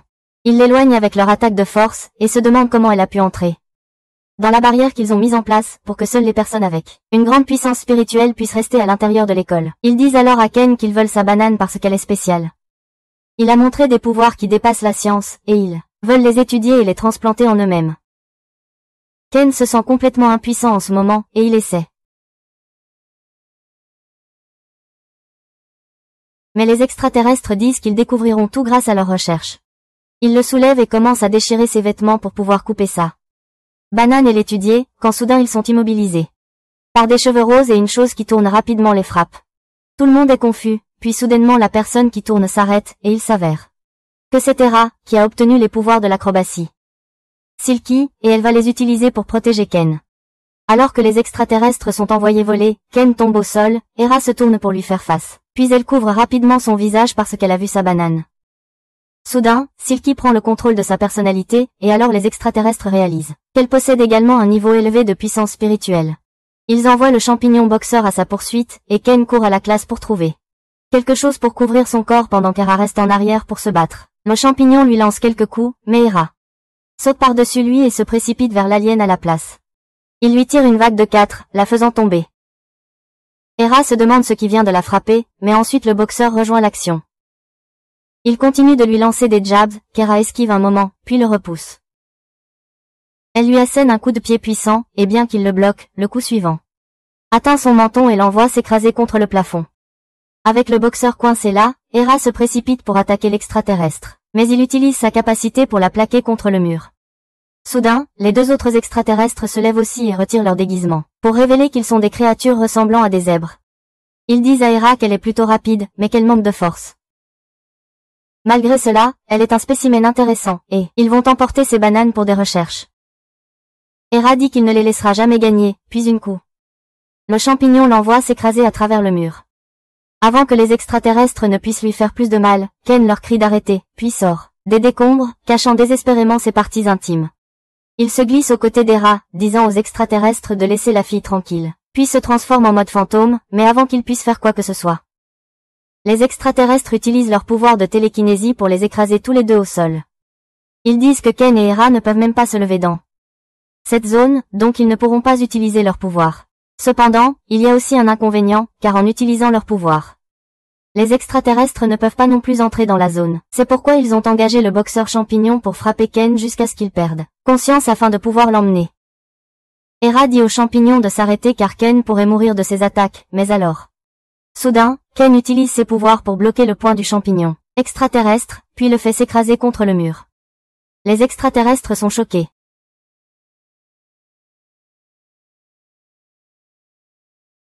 Momo est là pour aider son amie, et c'est elle qui a affaibli le pouvoir de l'extraterrestre pour que Ken puisse utiliser ses capacités. Ken dit qu'il est vraiment content de la voir, mais Momo ne lui a toujours pas pardonné le malentendu de tout à l'heure. Grâce à son aide, Ken et Hera se relèvent pour se battre à nouveau, mais alors qu'ils chargent en avant, Momo voit le derrière de Ken, et elle perd immédiatement le contrôle de son pouvoir. Les extraterrestres utilisent cette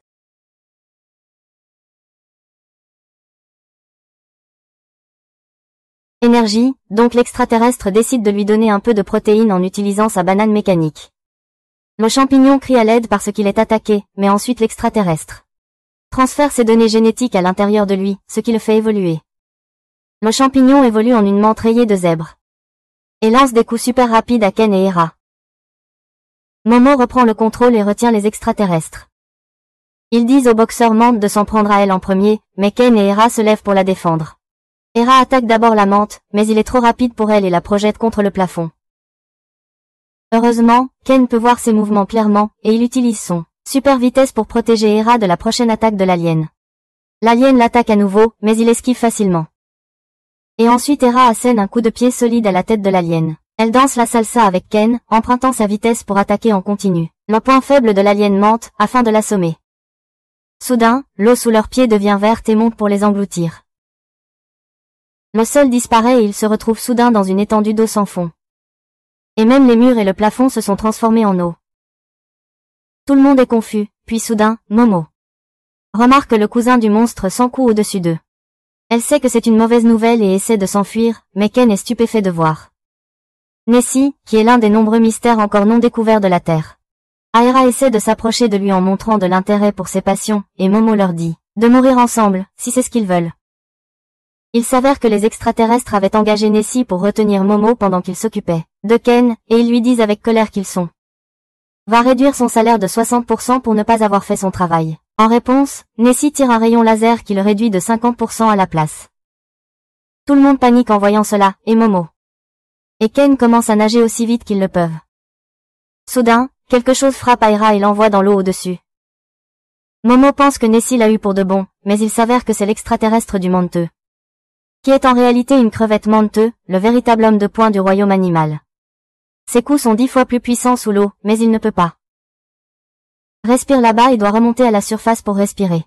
Momo dit à Ken d'utiliser la vitesse de Turbo Granny pour le faire descendre, et il active ses super pouvoirs en plongeant dans l'eau. Cependant, il a du mal à même bouger de sa place et revient à la surface, en disant à Momo que Turbo Granny ne sait pas nager. Le gars du Manteux replonge sous l'eau et les poursuit, lançant de puissants coups de poing, et ils nagent aussi vite qu'ils peuvent.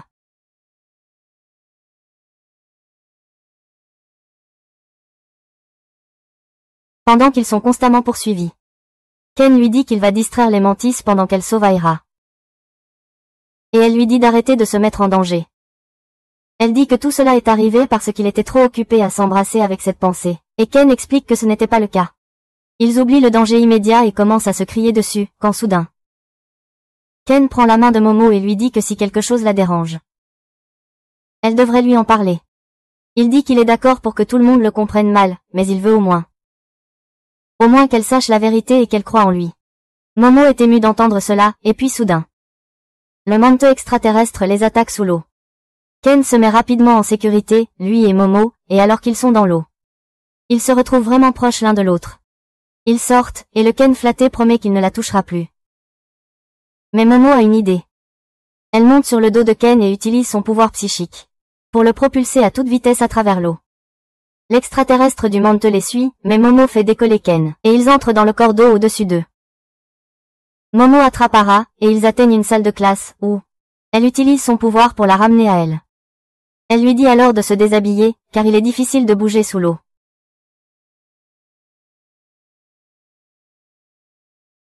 Mais Momo ne lui laisse pas une chance. Les deux filles montent sur le dos de Ken, et Momo leur dit pour lui donner tout ce qu'ils ont, car sinon ils ne peuvent pas gagner.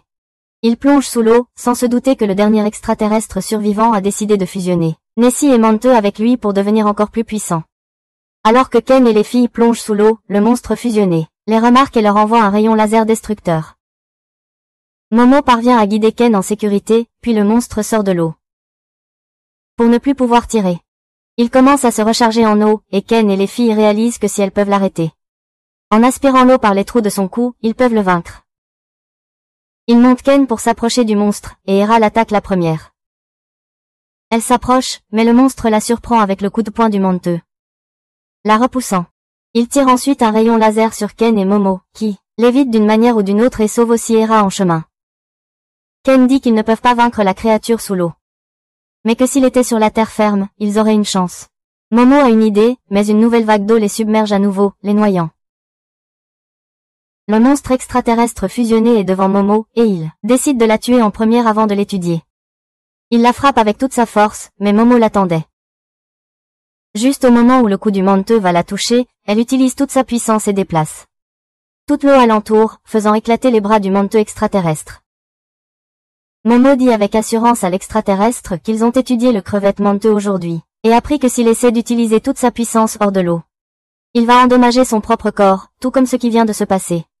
L'extraterrestre se débarrasse soudainement de la majeure partie de son corps et se transforme en anguille pour mordre Momo et l'emporter hors de la surface. Il commence à absorber de l'eau pour la repousser, quand soudain Airi utilise son pouvoir pour le retenir et l'empêcher de nourrir sa bouche avec l'eau. Ken est perché sur la corde de cheveux, et tandis que Momo utilise son pouvoir pour créer un tunnel d'air dans l'eau, il fonce à toute vitesse, sauvant Momo et traversant l'extraterrestre. Il s'enlace fermement alors que le monstre extraterrestre est détruit, et bientôt, ils se retrouvent allongés sur un sol solide. Ils sont soulagés, et Momo dit que Dieu merci, c'est solide. Ken répond que c'est ce qu'elle a dit, et il rit, mais soudain, d'autres étudiants les remarquent en train de s'enlacer sans porter quoi que ce soit, et commencent à crier et à les filmer. Ken et Momo paniquent en réalisant ce qui vient de se passer. Ils s'enfuient immédiatement et Hara les rejoint aussi, augmentant encore la confusion et curiosité de leurs camarades de classe. Bientôt, les trois se retrouvent dans le bureau de la reine infirmière de l'école, qui ressemble moins à une infirmière et plus à une dominatrice. Elle leur demande froidement si la raison pour laquelle ils ont été trouvés dans le couloir sans vêtements était parce que quelqu'un les harcelait, et ils lui répondent que ce n'est pas le cas. La reine leur dit de se sentir libre de lui parler parce qu'elle ne tolère pas le harcèlement. Lorsque soudain, un vieil homme chauve arrive pour l'appeler au bureau du directeur. La reine le fouette d'abord pour avoir ouvert la porte sans frapper, puis lui dit que les étudiants peuvent rester dans le bureau aussi longtemps qu'ils le souhaitent. Une fois qu'elle part, Momo et Hara paniquent parce qu'ils ont été vus dans une position compromettante par tout le monde, et maintenant leur vie au lycée va être ruinée. Momo commence à maudire les extraterrestres d'être si persistants, puis demande à Hara depuis quand elle a pu utiliser le pouvoir acrobatique de Silky. Elle répond que ses pouvoirs se sont éveillés en plein milieu du combat, et Momo pense que c'est compréhensible car ils ont transféré l'aura de Silky en elle pour lui sauver la vie. Ken prend la parole, disant que cette fois les extraterrestres voulaient ses pouvoirs et ceux de Turbo Granny. Il croit que même si les pouvoirs d'Hara les ont aidés cette fois, ils pourraient la mettre en danger la prochaine fois, et elle commence à rougir, pensant qu'il tient à elle. Ken dit que les extraterrestres semblent vouloir le pouvoir des esprits qui les possèdent. Et Momo demande pourquoi ils ne ciblent pas directement les esprits alors. Soudain, Ken a une révélation, et il déclare avec enthousiasme qu'il comprend tout maintenant. Il sort le tableau blanc et explique que les extraterrestres ont été aperçus il y a longtemps, mais qu'ils n'ont pas tenté d'envahir la Terre à cause des fantômes et d'autres créatures surnaturelles qui protègent la Terre puisqu'elle est leur maison. Il dit que malgré leur technologie avancée, les extraterrestres ne peuvent pas vaincre les monstres surnaturels parce qu'ils ne les comprennent pas, et c'est pourquoi ils veulent capturer et étudier des personnes comme eux qui ont des capacités surnaturelles. Momo et Hara sont impressionnés par sa théorie, mais ensuite leur attention revient au fait qu'ils ont été vus par toute l'école en sous-vêtements et ils commencent à paniquer. Hara dit qu'elle va dire à tout le monde que Momo l'a forcé, elle et Ken, à se déshabiller. Et, étonnamment, Momo laisse passer parce qu'elle s'en fiche. Juste à ce moment-là, les amis d'Hara arrivent pour l'emmener, et ils ont déjà commencé à voir Momo comme la méchante. Ken lui demande de dire quelque chose pour clarifier le malentendu, mais Momo répond que le seul malentendu qui l'intéresse en ce moment, c'est quand elle l'a vu sur Hara. Elle lui demande de tout lui expliquer clairement, et il dit qu'Hara a essayé de l'embrasser. Et comme il résistait, ils sont tombés l'un sur l'autre. Momo lui demande ce qu'il foutait là, bordel. Et commence à le pousser à tout avouer. Ken lui dit nerveusement qu'il s'entraînait en secret pour devenir fort et avoir l'air cool devant elle. Momo est bouleversée par cette information surprenante, et elle dit que Ken a finalement un côté masculin. Il est déconcerté en lui rappelant qu'il est un homme, et Momo commence à le taquiner en lui demandant pourquoi il voulait avoir l'air cool devant elle. Ken ne peut pas suivre son rythme, alors il décide de partir mais lui dit qu'il ne dira rien. Qui pourrait la faire passer pour une méchante? Momo l'arrête, et elle est trop gênée pour dire quoi que ce soit. La tension romantique entre eux monte, mais à la dernière instant, les amis de Momo entrent en trompe dans la pièce, les faisant paniquer. Ils demandent à Momo ce qui s'est passé parce qu'il j'ai entendu dire qu'elle serrait Ken nu dans les couloirs. Momo répond simplement qu'ils ne pourront pas comprendre même si elle leur raconte. Mais une de ses amies pense qu'elle est Sherlock Holmes et commence à élaborer une théorie à partir des faits qu'elles ont. Elle commence par dire que puisque Ken, Momo et Hera ont été trouvés nus ensemble, cela ne peut indiquer qu'une chose, un intense triangle amoureux, dans lequel deux filles se battent pour l'attention du garçon. Elle commence par dire que Momo boudait tout le temps en classe et demandait les crevettes demandent eux pour lui apprendre à frapper afin qu'elle puisse battre Hera et prendre Ken pour elle. Momo dit à son ami d'arrêter de créer une histoire, mais son autre ami pointe la lumière vers Ken, le désignant comme le coupable de ce scandale. D'un autre côté, Hera est de retour dans sa classe, entourée de ses amis qui veulent savoir ce qui s'est passé plus tôt. Elle fait l'innocente comme toujours et dit qu'elle ne veut pas en parler. Mais ensuite tout le monde commence à blâmer Momo pour cela. Les amis d'Hera remarquent qu'elle harcelait Hera depuis l'incident de la bassine. Puis d'autres personnes commencent aussi à évoquer les rumeurs sur elle, disant qu'elle est une fille facile. Ils commencent à comploter des moyens de se venger d'elle, mais Hera ne peut plus supporter ça. Alors elle dit à tout le monde d'arrêter de calomnier Momo. Elle révèle que c'est elle qui a répandu ces fausses rumeurs sur Momo. Et qu'elle n'est pas une mauvaise personne. Elle quitte la classe sur ces mots et va dehors se cogner la tête contre un banc. Parce qu'elle a simplement sacrifié sa popularité pour protéger Momo. Momo arrive bientôt et il commence à plaisanter. Encore une fois en discutant de ce qui s'est passé en classe. Soudain, ils entendent une voix familière et se retournent pour voir le boxeur champignon devant eux, couvert d'un liquide blanc. Il dit qu'il ne rentrera pas chez lui les mains vides parce qu'il doit gagner de l'argent pour sa famille, et Hera et Momo entrent rapidement en mode combat. Cependant, avant que le champignon ne puisse faire quoi que ce soit, il s'évanouit, et dans son rêve, il voit son fils et sa femme en train de pleurer en lui disant au revoir alors qu'il part travailler. Il se réveille en sursaut alors que le rêve se termine, et à son choc, il est allongé dans un lit, couvert de bandages. Il est confus quant à ce qui lui arrive, mais devant lui, Momo dit à sa grand-mère que ce gars ici est un vrai extraterrestre. Seiko refuse de le croire et dit qu'il ressemble plutôt à un esprit de l'eau appelé Kappa. Le boxeur champignon se lève et prend sa position, mais Momo lui dit de ne pas essayer quoi que ce soit parce que sa grand-mère ne montrera aucune pitié. Soudain, ses pieds heurtent l'assiette de nourriture que Momo avait préparée pour lui, et il grince des dents désespérément avant de tomber au sol et de commencer à pleurer. Il dit que personne n'a jamais été aussi gentil avec lui, et jure qu'il ne leur fera plus jamais de mal. Alors qu'il fourre sa bouche de nourriture. Après cela, Seiko offre à tout le monde un déjeuner somptueux comme d'habitude, et ils commencent à se battre entre eux comme d'habitude. Après que ce drame se termine, l'extraterrestre leur dit que il vient d'une planète déchirée par la guerre et son fils est malade.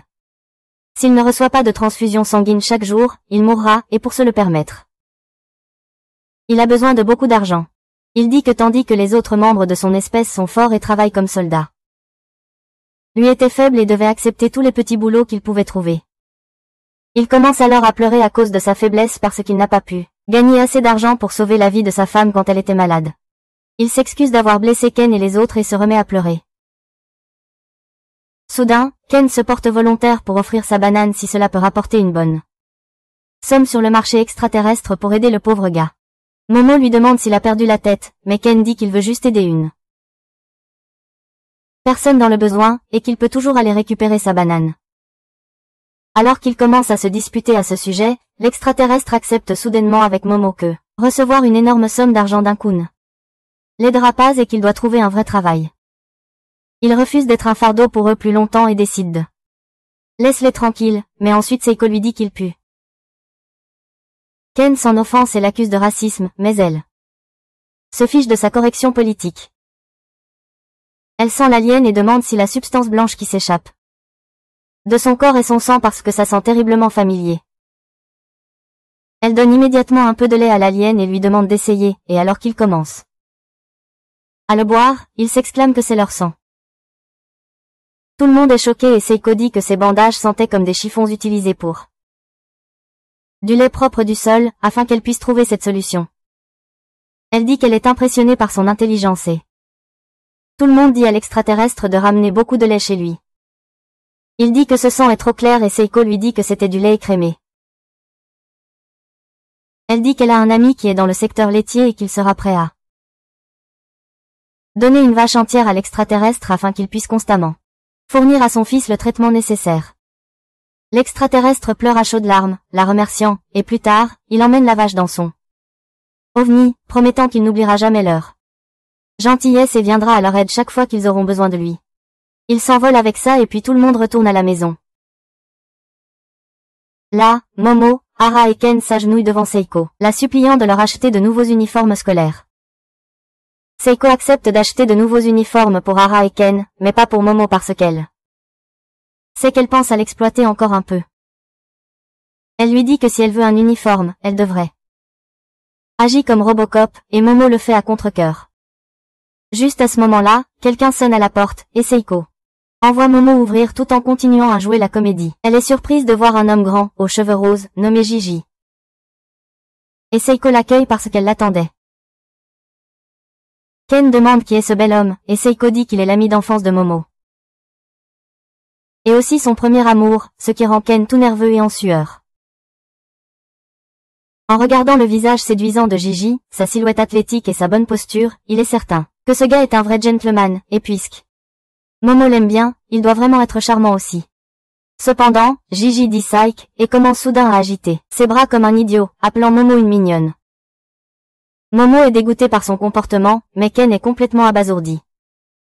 Il ne comprend pas comment il peut y avoir un tel écart entre l'apparence du gars et ses comportements, et Momo lui demande de l'aider à le tuer. Seiko s'approche de Gigi, qui se redresse immédiatement et commence à la complimenter, en disant qu'elle est toujours aussi belle qu'avant. Elle est impressionnée et lui dit de rentrer vite ses affaires. Momo lui demande ce qui se passe, et Seiko lui dit que Gigi va vivre avec eux à partir de maintenant. Momo devient complètement folle en entendant ça, mais Gigi continue de danser comme un idiot parce qu'il en est un. Il entre après avoir fait une pause cool à Ken, et il est inquiet à l'idée de vivre sous le même toit que Momo. Hera, cependant, a une autre préoccupation. Elle est convaincue par le comportement étrange de Gigi qu'il est un démon venu aider Momo dans son plan de déclencher le Ragnarok sur ce monde. Elle secoue Momo, lui disant qu'elles n'ont qu'une alliance temporaire tant que les extraterrestres représentent une menace, mais une fois que cela sera terminé, elle viendra pour elle. Elle s'enfuit avec ça, et Momo est toujours en train de paniquer parce que son petit cerveau ne peut pas gérer tout ce qui se passe. Quelques secondes plus tard, Ken dit qu'il va être rentre chez elle aussi maintenant, et elle devient soudainement sérieuse. Alors qu'il traîne les pieds dans son jardin, Momo l'appelle. Puis commence à agiter sa main ouverte. Il ne comprend pas ce qu'elle veut dire, alors elle lui dit que c'est à son tour de dire « à demain ». Ken lui dit timidement qu'il la verra demain, et bien que Momo soit heureuse de l'entendre. Il est toujours aussi abattu qu'il imagine qu'elle vit avec son premier béguin. Après un moment, Gigi se gave de nourriture, et Momo exige une explication de Seiko à propos de le laisser ici. Elle explique que ses deux parents sont hospitalisés, et en tant que bonne citoyenne, elle doit l'aider. Momo n'est pas convaincue par sa réponse, surtout parce que Gigi ne cesse de faire l'éloge de Seiko à chaque phrase qu'il dit, et elle le gâte de plus en plus avec ça. Plus tard, en faisant la vaisselle, Momo se demande si ce fou était vraiment son premier coup de cœur qui se moquait d'elle. Gigi se souvient aussi de cela, et il s'excuse soudainement auprès de Momo pour l'avoir moqué. Parce qu'elle avait raison tout le temps. Il lui dit qu'il peut maintenant voir des fantômes, et Momo panique. Elle lui demande s'il a par hasard eu une balle d'or, mais il ne comprend pas cette référence, et pense qu'elle parle de ses bijoux de famille. Quoi qu'il en soit, il lui dit que ses parents ont déménagé à la montagne à cause de leur travail, mais que leur nouvelle maison était hantée. Il a commencé à voir des choses lentement et régulièrement jusqu'à ce qu'un jour, un fantôme apparaisse juste devant lui et lui dise de le regarder. Depuis ce jour, Gigi peut voir des fantômes, et la santé de ses parents s'est détériorée. Il a contacté des exorcistes célèbres, mais 3 d'entre eux se sont suicidés. Les autres lui ont dit d'aller voir Seiko, car elle était la seule à pouvoir l'aider. Momo comprend tout maintenant, et Gigi se met soudain à s'incliner devant elle pour s'excuser de tout. Elle lui dit d'arrêter, puis se vante que ça. Grand-mère va s'occuper du fantôme très rapidement. Seiko le coupe rapidement en lui disant que la maison de Gigi est hors de son domaine et que Momo devra prendre cette demande en main elle-même. Elle lui dit que cela pourrait être lié au bal d'or et promet d'acheter tous les uniformes dont Momo a besoin si elle s'occupe de la maison hantée. Le lendemain, Gigi rejoint la classe de Momo et commence immédiatement à faire le clown. Cependant, il est assez beau pour transformer la folie en charisme et faire immédiatement craquer toutes les filles de la classe. Les amis de Momo sont d'abord dégoûtés par ses actes étranges. Mais quelques répliques flirteuses les retournent de son côté aussi. Les filles demandent à Momo comment elle connaît ce gars. Et elle leur dit qu'il est un ami d'enfance. Gigi nie cela et dit qu'ils vivent ensemble avec l'approbation de leurs parents. Momo panique et essaie de l'étrangler, mais ensuite son ami bronzé se met entre eux. Et dit à Gigi de s'éloigner de Momo parce qu'elle a déjà Ken. D'un autre côté, Ken est super jaloux et insécure à propos du retour de Gigi dans la vie de Momo. Il se demande si elle l'aime encore, et s'il l'aime aussi. Il pense que s'ils commencent à sortir ensemble, Momo n'aura plus de temps pour lui. Et il redeviendra un solitaire. Pour chasser ses pensées négatives de son esprit, il fait ce que n'importe quel gars ferait et commence à s'entraîner. Cependant, Momo vient le chercher, et il plonge dans un buisson dans la panique. Elle lui dit qu'elle va déjeuner ici puisque elle ne veut pas que cette salope nommée Hara s'approche de lui. Ken essaie de se concentrer sur son entraînement, mais ensuite Momo dit que puisque ses deux mains sont occupées, elle peut le nourrir avec ses mains. Le cœur de Ken rate un battement, et il accepte nerveusement l'offre. Mais juste à ce moment-là, Gigi arrive. Il dit à Momo qu'ils devraient déjeuner ensemble, et bien qu'elle refuse au départ. Dès qu'il sort son encas préféré, elle se précipite immédiatement vers lui. Lui, laissant Ken avec plus de jalousie et d'insécurité. Il décide de les laisser seuls et d'aller de l'avant avec ses sentiments non partagés, car ce serait le mieux pour tout le monde. Cependant, juste au moment où il tourne au coin de la rue, il est confronté à la plus grande surprise de la journée. Le modèle d'anatomie humaine de leur cours de biologie est en train de courir vers lui, en criant qu'il ne s'arrêtera pas. Ken panique en le voyant et court immédiatement vers Momo pour demander de l'aide. Cependant, le modèle le dépasse et file tout droit devant lui. Momo se met en travers de son chemin, mais avant qu'elle puisse utiliser ses pouvoirs, Gigi saute sur elle pour la mettre en sécurité, ce qui rend Ken encore plus jaloux. Le modèle saute au-dessus d'eux, et Momo voit une boule dorée juste là où elle aurait dû être. Elle crie immédiatement à Ken que le modèle a le deuxième joyau de sa famille. Et dit à Gigi de la laisser partir car elle doit faire quelque chose à ce sujet. Il refuse de la laisser partir parce que c'est dangereux, alors Momo utilise ses pouvoirs psychiques pour s'accrocher au modèle en course. Cependant, il la tire facilement avec lui, et Gigi s'accroche fermement à elle. Ken court après eux pendant que Momo lui demande d'arrêter le modèle. Mais il est plus préoccupé par Gigi qui s'accroche fermement à elle. Le modèle animé s'éloigne rapidement de lui, et Ken enlève tous ses poids. Avant de se transformer en sa super version et d'accélérer devant. Il rattrape rapidement le modèle, qui lui dit qu'il ne laissera personne l'arrêter. Momo essaie d'atteindre Ken, mais le modèle est super rapide. Ken lui dit d'utiliser les lignes électriques, et elle les utilise pour s'approcher de Ken. Mais ce faisant, elle se place accidentellement, devant le tout-puissant camion Kun. Heureusement, Ken la sauve, elle et Gigi, d'être envoyés dans un autre monde au dernier moment, puis porte les deux sur son dos tout en évitant la circulation. Alors qu'il poursuit le modèle, Gigi commence à le frapper en l'appelant monstre. Mais Momo lui dit que c'est Ken. Il aperçoit le modèle qui s'enfuit au loin et s'en approche rapidement. Momo l'attrape avec ses pouvoirs et Ken leur offre un appui stable pour le tirer vers eux. Le modèle s'accroche à un poteau électrique de toutes ses forces, et il met tellement de puissance que son corps se déchire littéralement. Puis se remet instantanément en place comme un puzzle. Il s'échappe ainsi, et Ken et les autres le perdent de vue. Frustrée, Momo frappe quelque chose dans sa main, et soudain, elle entend un cri fort venant du modèle. Elle suit la voix et continue de serrer la chose dans sa main pour suivre ses cris jusqu'à une benne à ordures.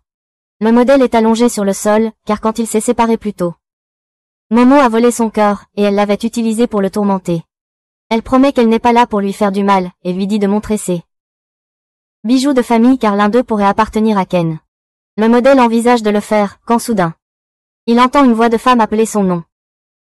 Le modèle s'appelle Taro, et il commence à chercher frénétiquement dans la décharge une femme nommée Anna, qui s'avère être une version anatomique jetée. Il la trouve rapidement, et elle lui demande pourquoi il a pris le risque de venir ici. Taro lui dit qu'aucun risque n'est trop grand à prendre par amour, et s'il la perd, il perdra sa raison d'exister.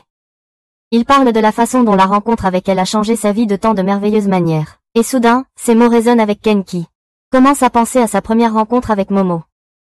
Alors qu'il entend le modèle anatomique parler de sa volonté de tout faire par amour, Ken décide de prendre ses responsabilités et de devenir sérieux quant à ses sentiments. Avant cela, Ken, Momo et Gigi ramènent le modèle anatomique féminin, Anna, chez Momo et supplie Seiko de la laisser rester ici. Il lui raconte toute l'histoire et la supplie d'être compréhensive envers leur histoire d'amour, et elle cède lorsqu'il la flatte. Elle demande alors ce qu'il est advenu du modèle masculin, et Momo dit qu'il va rester à l'école pendant la journée, et le soir, il viendra ici pour rencontrer Anna. Seiko dit à Anna de garder ses ébats avec son petit ami silencieux parce qu'elle ne veut pas entendre leur partie craquer la nuit. Elle demande ensuite à propos de la boule scintillante que Momo a vue sur le modèle, et elle répond que ce n'était qu'une cloche de Noël et non pas la vraie. Avec ça, les discussions d'affaires sont terminées, et Seiko dit à Momo et Ken de mettre la table pour le dîner. Pendant ce temps, Gigi a fini par être humilié par Turbo Granny dans le jouet en peluche. Une fois qu'il est de nouveau sur ses pieds, il dit que Momo et Ken ont des pouvoirs incroyables et il veut en avoir un comme ça aussi. Il commence alors à agir comme un pervers devant Momo. Ce qui la fait rire et rend aussi Ken jaloux. Il se souvient de l'intensité du modèle d'anatomie masculine quand il a avoué son amour à sa copine, et il décide de ne plus se retenir. Il saute sur Momo, disant qu'il y avait un peu de peluche dans ses cheveux, puis au lieu de rougir, il dit qu'il va lutter de toutes ses forces. Elle lui demande s'il a pris les médicaments de son grand-père aujourd'hui, mais Ken commence à tourner autour de Gigi comme un singe qui crie qu'il ne cesse de la regarder depuis qu'ils se sont rencontrés. Gigi pense simplement qu'il est son frère d'une autre mère, et ils commencent à agir comme des singes ensemble jusqu'à ce que Seiko leur dise de se taire. Elle dit alors à Momo de faire ses valises, surtout ses sous-vêtements, car elle va rester chez Gigi pendant le week-end. Momo est gênée, mais Ken est choqué. Il se demande s'il va devenir le protagoniste d'un manga NTR, mais Momo lui dit qu'elle va simplement faire une séance d'exorcisme dans la maison de Gigi.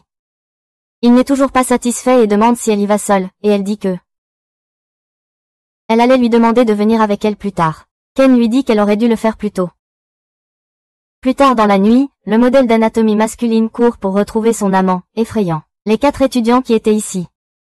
Pour tourner une nouvelle vidéo à mettre en ligne sur le web, il court à travers la ville, monte dans un train, puis arrive près de chez Momo. Mais en chemin, Camion-kun le frappe, le réduisant en morceaux. Pendant ce temps, Momo accompagne Anne pendant qu'elle attend son petit ami, mais il ne vient pas et Momo s'endort. Ce n'est qu'après le lever du soleil que le mannequin masculin arrive et serre Anna dans ses bras, lui disant qu'il a surmonté tous les obstacles pour être avec elle. Lorsque Momo se réveille après cela, elle les trouve en train de s'embrasser, et leur dit de trouver une chambre. D'autre part, Gigi n'a pas réussi à dormir toute la nuit parce que le fantôme de sa maison le hante toujours. Plus tard dans la journée, Ken, Momo et Gigi montent dans un train en direction de sa maison. Ils jouent à des jeux de cartes et en voyant comment Momo et Gigi sont toujours en parfaite synchronisation, Ken commence à se sentir insécure à propos de ses lacunes. Il décide d'attirer son attention en criant qu'il va commencer à parler des extraterrestres sur Terre, et Momo commence soudainement à s'intéresser. Ken sort un livre et commence à lui parler de la façon dont certains extraterrestres se déguisent en animaux, et il croit que la plupart des énormes serpents dans ce monde sont en réalité des extraterrestres. Gigi intervient, disant qu'il existe aussi une légende de 200 ans sur un serpent géant dans sa région aussi, et Momo dit avec enthousiasme qu'elle veut voir le serpent géant. Gigi dit qu'il va le lui montrer plus tard, mais elle devra rester près de lui à tout moment. Ken essaie de lui montrer une photo du sanctuaire d'un kappa momifié. Mais celui qui s'y intéresse le plus, c'est Gigi. Il dit qu'il veut voir un kappa et le monstre du Loch Ness aussi, et Ken se perd soudain dans la conversation. Il dit que les photos de Nessie sont fausses. Mais il a vu la vraie affaire il y a seulement quelques jours. Gigi est ébloui par cela, et alors qu'il continue de parler du surnaturel, Ken réalise que discuter avec lui est amusant. Gigi dit qu'il respecte Ken en tant qu'ami, et cela choque Ken car il ne pensait pas qu'ils étaient des amis officiels. Gigi fait semblant d'être le cœur brisé, disant qu'il pensait que puisque Ken était l'ami de Momo, il allait aussi être son ami. Ken s'excuse, disant qu'il est juste un gars maladroit, et cela touche le cœur de Momo. De course parce que c'est le dialogue de son acteur préféré. Quand Gigi lui demande ce qui se passe, elle refuse de lui dire, et il fait une scène. Ken réalise maintenant que Gigi est vraiment une bonne personne. Et sa bizarrerie le rend facile à fréquenter. Il ne peut même pas le détester pour monopoliser toute l'attention de Momo, maintenant, et se demande ce qu'il devrait faire. Quoi qu'il en soit, ils atteignent bientôt sa ville, qui s'avère être une ville thermale. Gigi leur dit que son père fait des recherches sur les volcans. Il a donc déménagé ici pour étudier le volcan voisin. Ken pose plus de questions sur le volcan, et Gigi dit qu'il a éclaté pour la dernière fois il y a 200 ans. Il continue à marcher et arrive bientôt à un escalier. Gigi leur dit avec enthousiasme de le suivre, et alors qu'ils atteignent le haut de l'escalier, un autre les attend. Gigi ne les attend même pas, et au moment où ils arrivent enfin chez lui, Ken et Momo sont épuisés. Il demande à Momo si elle voit une aura maléfique autour de sa maison. Et elle lui dit que cela lui semble tout à fait normal. Elle décide d'entrer d'abord, mais Ken remarque quelque chose dans les bois. Il n'a pas le temps de réfléchir à cela alors qu'il les suit à l'intérieur, mais il s'avère que les gens étranges et laids de la ville se sont rassemblés pour leur réserver un accueil plutôt froid. Une fois qu'ils entrent dans la maison, Momo inspecte chaque coin, mais elle ne trouve rien de suspect. Elle propose la théorie que lorsque les médiums spirituels ressentent quelque chose de mal avec la maison, les fantômes doivent être actifs, mais en ce moment, ils sont inactifs et se cachent. Elle dit que tout comme dans le cas de Turbo Granny, si les fantômes se cachent, cela signifie qu'ils n'ont pas assez de pouvoir, et cela signifie qu'elle peut facilement s'en occuper. Gigi est vraiment heureux d'entendre cela, et il commence à masser les épaules de Momo. Elle est contente de recevoir ses flatteries et lui dit d'apporter du jus pour elle. Et il part immédiatement. Momo demande alors à Ken de s'asseoir à côté d'elle et de se détendre, car les fantômes vont probablement sortir la nuit, et ils doivent retrouver des forces avant cela. Juste au moment où Ken s'assoit, Momo lui dit qu'elle va aux sources chaudes. Et lui demande de jouer avec Gigi en attendant. Il s'inquiète que ce ne soit pas sûr, mais Momo lui assure qu'elle reviendra avant qu'il fasse nuit. Juste au moment où elle part, Gigi arrive avec le jus, et en apprenant qu'elle est partie, il demande à Ken s'il devrait jouer au football. Il commence à enseigner à Ken les bases, y compris comment donner un coup de pied dans le ballon. Ken se rend compte qu'il est vraiment nul, mais il espère s'améliorer et impressionner Momo. Alors qu'il s'apprête à donner un coup de pied avec toute sa force, Gigi lui demande soudain s'il aime Momo, et Ken se fige. Il dit que Momo est sa première amie, et qu'il la respecte beaucoup. Mais quand Gigi dit qu'il aime son visage et sa personnalité, Ken répond qu'il aime aussi cela. Il commence une compétition pour savoir qui aime le plus Momo, et cela rend soudainement Ken beaucoup meilleur au football. Il continue à se battre pendant tout ce temps, mais ensuite, soudain, Ken remarque quelque chose d'étrange à propos de la maison. Il y a un mur à côté de la maison, mais il n'y a pas de pièce à cet endroit. Et il semble n'y avoir aucune autre utilisation du mur non plus. D'un autre côté, Momo décide de sortir de la source chaude puisqu'elle s'est suffisamment détendue. Mais juste à ce moment-là, toute une bande de salauds arrive là. Ils entrent dans le bain, disant à Momo qu'elle doit être une vraie salope pour venir dans le bain mixte malgré son âge. Ils commencent à s'approcher d'elle et Momo est terrifiée, car elle se demande ce qu'elle va faire maintenant. Pendant ce temps, Ken et Gigi découvrent qu'un mur extérieur de la maison est creux. Et il se trouve juste à côté du mur mystérieux qu'ils ont vu dehors. Gigi dit qu'il devrait le casser car il doit contenir des indices sur leur affaire, et en faisant un trou dans le mur, il trouve une pièce pleine de talismans. D'un autre côté, Momo décide d'utiliser ses pouvoirs psychiques pour battre les hommes et s'enfuir. Mais avant qu'elle ne puisse faire quoi que ce soit, l'un d'eux émerge de l'eau et lui attrape les mains. Il la pousse sous l'eau, et Momo cherche son souffle, réalisant que elle pourrait vivre l'expérience de la fête Didi sans l'huile pour bébé. Cependant, juste au moment où le pervers s'apprête à se jeter sur elle, le pouvoir de Momo s'active soudainement, brisant une statue de pierre et frappant le gars à la tête. Elle sort de l'eau en profitant de cette chance, puis la statue de pierre soudainement explose, libérant une fontaine d'eau chaude. Momo sort rapidement du bain en rampant, et alors que les pervers la poursuivent, le toit s'effondre sur eux, les écrasant tous. Momo essaie de s'enfuir, mais un des hommes attrape sa jambe. Et elle tombe par terre. Il se penche sur elle, mais soudain, le mur devant eux s'effondre vers eux, et Momo s'en sort indemne grâce à la puissance du scénario. Car elle était assise juste là où se trouvait la porte. Soudain, elle entend Turbo Mamie lui dire que elle a de la chance que cet endroit soit vieux et délabré. Momo est choquée de la voir, mais Turbo Mamie explique qu'elle a surpris leur conversation et s'est glissée dans son sac à dos pour profiter des sources chaudes. Momo lui dit qu'elle n'avait qu'à demander, mais elle commence alors à réfléchir à comment elle va expliquer le désordre au propriétaire des sources. Turbo Mamie lui dit que ce n'est pas de sa faute, et à ce moment-là, les habitants arrivent, cherchant la personne qui a détruit l'endroit. Momo se cache et se déguise pendant que les habitants repèrent les pervers qui sont connus pour semer le trouble dans cette région. Alors que les pervers essaient de s'échapper, Momo se faufile discrètement par l'arrière, les maudissant de tout son cœur. Elle retourne ensuite chez Gigi avec Turbo Granny. Et elle demande son avis d'expert sur la maison de Gigi. Turbo Granny lui dit que l'endroit est au-delà de tout espoir car il a absorbé trop de sang humain. De retour dans la maison, Ken et Gigi paniquent à cause de l'aura inquiétante que dégage la pièce au talisman, et ils décident d'attendre le retour de Momo car ils ne peuvent rien faire seuls face à la situation. À ce moment-là, la sonnette retentit et Gigi se précipite à la porte, pensant que c'est Momo, mais à sa grande surprise, ce sont un groupe de vieilles dames pâles, effrayantes et laides. Il s'avère que ces vieilles dames laides dirigent le cartel local du logement, et elles s'installent immédiatement confortablement, mangeant des snacks et commérant sur les familles qui vivent dans le voisinage.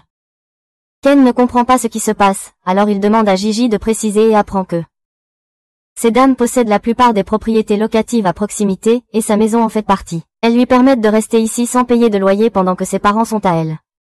Hôpital, et Ken panique parce qu'il ne veut pas qu'elle découvre qu'ils ont fait un trou dans le mur. Soudain, la chef des dames demande à Gigi s'il a amené un autre esprit, médium ou exorciste chez elle, et il refuse immédiatement, disant que Ken n'est qu'un ami qui voulait lui rendre visite. Les vieilles dames se fâchent contre Gigi, lui disant qu'il n'y a pas d'esprit maléfique par ici et qu'ils devraient arrêter de faire des choses qui réduiraient la valeur de leur propriété. Leur chef sort soudainement un fusil à double canon, disant qu'elle a un permis de chasser et que des accidents arrivent tout le temps dans les collines, comme confondre une personne avec un animal sauvage. Elle pointe le fusil sur Ken et Gigi, qui lui dit qu'elle pourrait avoir des ennuis avec la police si elle arme son fusil sur quelqu'un, et parlant du loup. Un policier arrive juste à ce moment-là. Cependant, il reste complètement silencieux en voyant la vieille dame pointer une arme sur Gigi, et à l'instant suivant, les 4 pervers entrent. Ils commencent à parler de comment ils ont eu des problèmes parce que les locaux les ont attrapés. Mais grâce à l'agent de police, ils ont pu s'en sortir sans souci. Il s'avère qu'ils sont membres de la même famille, et la vieille chef est leur mère. Un des gars s'approche de Gigi, en demandant qui est l'apostrophe invité, et il présente Ken comme son meilleur ami.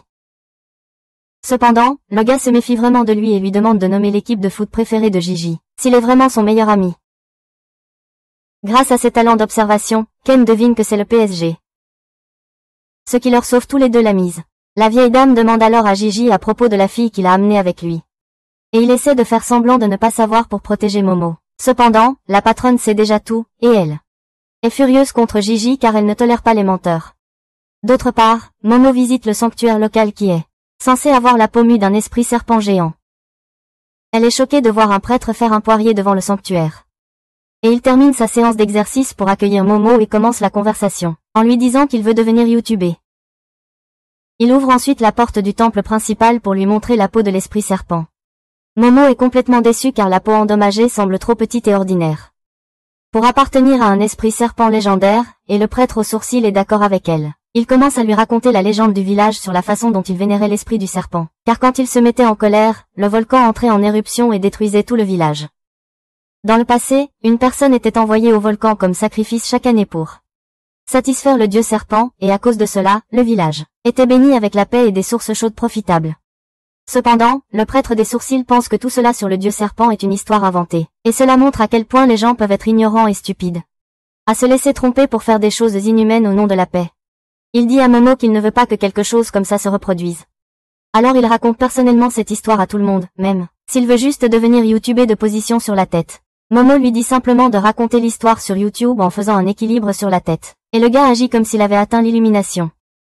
Après cela, Momo retourne chez Gigi, espérant qu'il et Ken sont devenus de bons amis, mais dès qu'elle ouvre la porte, elle est choquée de voir les 4 pervers en sous-vêtements pendant que Ken et Gigi sont au sol, meurtris et inconscients. Elle n'a même pas le temps de comprendre ce qui se passe quand le gangster Granny dit à ses fils de l'attraper parce que ainsi ils auront tous les sacrifices dont ils ont besoin. Malheureusement pour eux, la grand-mère de Momo n'a pas élevé une mauviette.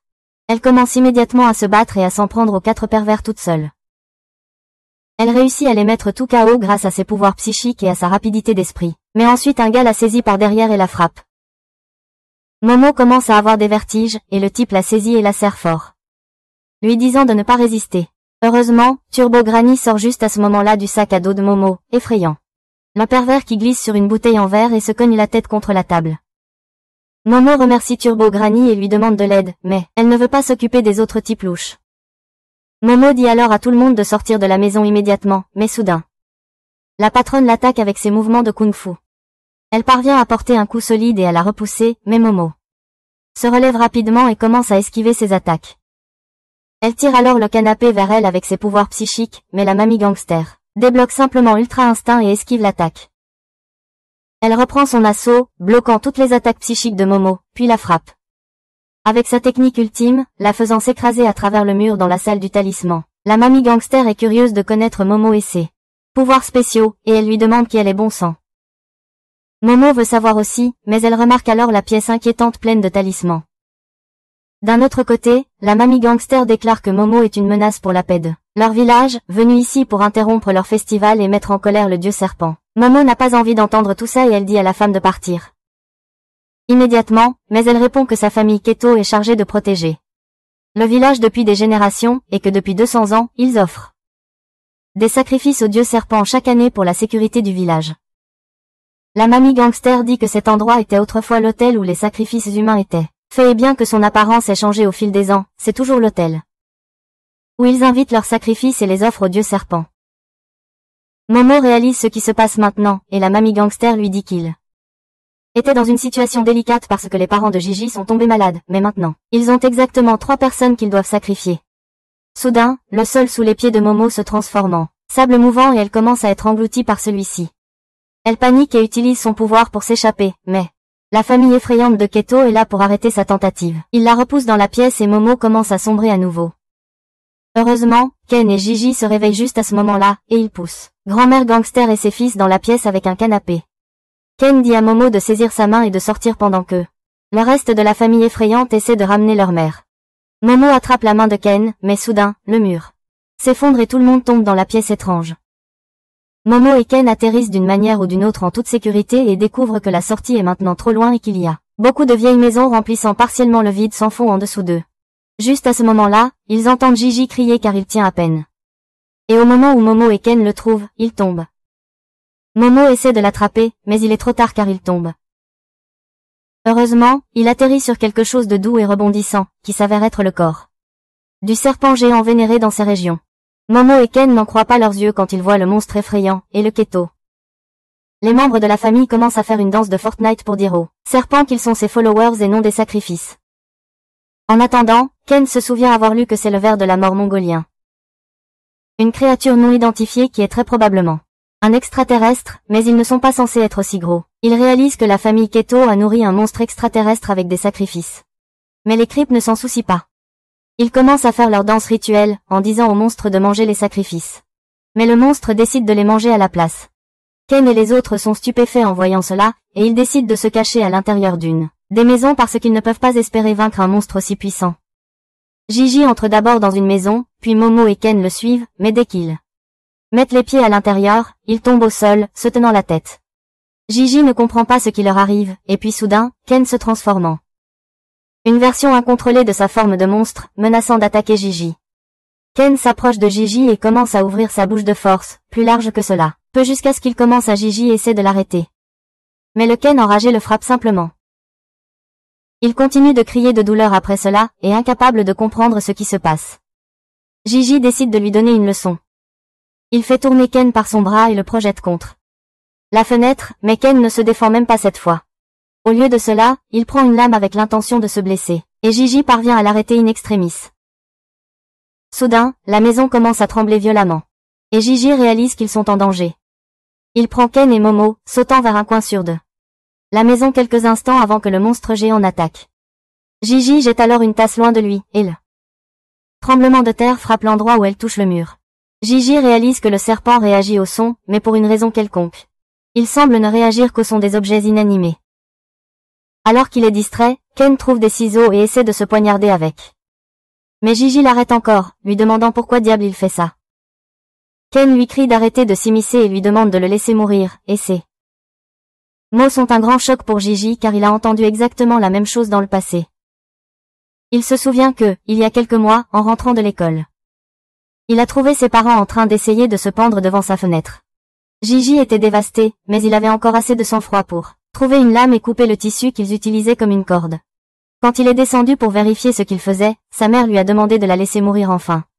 Juste au moment où Gigi sort de son flashback, il découvre que Momo a aussi rejoint la Suicide Squad, mais heureusement, elle ne peut pas se poignarder car Turbo Granny est sur son chemin, pendant que Momo essaie frénétiquement de se poignarder. Turbo Granny ordonne à Gigi d'attacher Ken en premier. Une fois cela fait, Ken attache aussi Momo, et puis il demande à Turbo Granny ce qui se passe exactement. Elle lui dit que le ver géant émet une sorte de des ondes psychiques qui poussent les gens à vouloir se suicider. Gigi se rend compte que la même chose est arrivée à ses parents. Mais il se demande pourquoi cela ne l'affecte pas. Avant que Turbo Granny ne puisse révéler quel genre d'armure de scénario il possède, Gigi remarque Momo, contrôlant des éclats de verre avec son pouvoir pour s'attaquer elle-même. Il devient immédiatement le bouclier humain pour la protéger, se blessant gravement au bras dans le processus. Il se retrouve face à un monstre géant et perd presque espoir. Mais ensuite il se redresse comme un roi et protège Momo d'une nouvelle tentative de sortie autonome de ce monde. Il prend alors Momo et Ken dans ses bras et attrape Turbo Granny entre ses dents alors qu'il commence à courir à travers la maison aussi vite qu'il le peut, pour éviter les attaques du monstre ver de terre. Il traverse le sous-sol et finit dans les rues, continuant à courir aussi vite qu'il le peut tout en portant ses amis. Cependant, il trébuche sur un tuyau en fer et tombe dans les escaliers. Il a du mal à se relever, mais il remarque alors que Momo et Ken s'apprêtent à sauter du pont et se relèvent pour les sauver. Juste au moment où il les tire vers le bas, Gigi aperçoit le ver de terre géant devant lui, émettant des vagues psychiques effrayantes, mais soudain, les vagues psychiques cessent. Gigi se demande ce qui se passe, et il est choqué, en voyant un fantôme effrayant devant lui. Cependant, grâce au fantôme effrayant qui bloque les vagues psychiques, Momo et Ken reprennent leurs esprits et demandent à Gigi de les libérer. Ils se demandent ce qui se passe et pourquoi un fantôme les protège. Quand le fantôme se retourne pour leur faire face avec son visage effrayant. Alors que Ken et Momo sont simplement dégoûtés, Gigi se met à saigner du nez en voyant le fantôme. Mais Turbo Mamie leur dit immédiatement de ne pas regarder dans ses yeux parce qu'il possède quelque chose appelé le mauvais œil qui les rendra fous et les poussera à se suicider. Momo dit que c'est la même chose que le ver de terre et Turbo Mamie explique que leurs capacités s'annulent mutuellement. Voyant cela comme leur chance, Momo dit à Ken de faire son truc, et il se transforme en forme de monstre et fonce vers le ver de terre, lui arrachant la tête d'un seul coup. Cependant, le ver de terre fait immédiatement pousser une nouvelle tête et commence à attaquer Momo et les autres. Turbo Granny leur dit de fuir, mais le fantôme maléfique les suit et surgit juste devant Gigi, le forçant à regarder dans ses yeux. Alors que Gigi fixe les yeux du fantôme, il voit son passé tragique. Le fantôme était autrefois un garçon affamé, enfermé dans le sous-sol de quelqu'un, et tout ce qu'il pouvait faire, c'était regarder à travers les fenêtres. Les enfants s'amusaient dehors et les imitaient. Cependant, ce faible bonheur n'a pas duré longtemps non plus, et juste au moment où le volcan près du village était sur le point d'entrer en éruption, il a été offert en sacrifice au dieu serpent. Alors que la lave le brûlait vif, le pauvre garçon rêvait de jouer avec d'autres enfants juste une fois, mais cela ne pouvait pas arriver. Il est mort et est devenu un fantôme et s'est bientôt retrouvé dans la maison d'un villageois, où un enfant pouvait le voir. Le garçon devint heureux à cela, mais la famille vivant dans la maison se suicida bientôt, ne laissant derrière elle que leur fils. Des décennies passèrent après cela, et la même chose se produisit encore 2 fois. Ce n'est qu'après la 3e fois que le fantôme remarqua les ondes psychiques du ver de terre qui forçaient les adultes à effectuer l'autopaiement. Bientôt, la propriétaire locale arriva pour voir le 3e orphelin, et le fantôme l'a reconnu comme la prêtresse qu'il avait sacrifiée au dieu serpent. La femme décida de transformer le garçon orphelin en sacrifice de cette année et enterra toute la maison sous la terre, avec lui attaché à l'intérieur. Le pauvre fantôme a essayé de le libérer, mais il ne pouvait toucher à rien. Il était dévasté parce que la situation lui rappelait sa propre vie, mais alors ça rage l'a consumé, et il a juré que tuera les personnes qui l'ont fait souffrir lui et le garçon. Il s'est fusionné avec le garçon, se transformant en le fantôme de l'œil maléfique tordu pour sa revanche. Et maintenant, il possède Gigi avec sa haine intense. Heureusement, la voix de Momo sort Gigi de l'emprise du fantôme. Contrôle, puis elle essaie de le lui enlever. Cependant, Gigi dit à Momo que ce fantôme n'est pas une mauvaise personne, et qu'il a souffert seul toutes ces années. Il commence alors à courir soudainement vers le bas pour trouver le vrai corps du fantôme et le libérer. Et Momo se lance à sa poursuite, réalisant que, plus ils descendent, plus les maisons semblent anciennes. Bientôt, Gigi atteint le niveau le plus bas et ouvre une lourde porte, derrière laquelle le vrai corps du fantôme est toujours attaché à un pilier, mais ses cheveux ont poussé pour couvrir toute la pièce. Gigi a pitié du pauvre garçon qui voulait juste jouer avec des amis, mais juste au moment où il est sur le point de libérer son corps, Turbo Granny lui dit d'arrêter. Elle demande à Gigi d'arrêter de montrer de la sympathie au fantôme qui force les gens à se suicider, mais il n'est pas d'accord avec elle. Il croit que le fantôme est une bonne personne, et c'est lui qui l'a protégé. Toutes ces années pendant que le ver de terre essayait de le rendre fou. Juste à ce moment-là, le ver de terre libère une énorme vague d'énergie, provoquant Momo et Gigi s'évanouit pendant une seconde, et quand il se réveille, il trouve le vomi collant du ver de terre qui coule du plafond et remplit le sol. Momo maudit sa chance et se demande où est Kin quand elle a besoin de lui, sans se douter qu'il s'est paralysé après avoir épuisé toute son énergie dans son attaque précédente. Momo parvient d'une manière ou d'une autre à se libérer et se prépare à fuir la pièce, mais quand elle appelle Gigi, elle constate qu'il ne bouge pas du tout.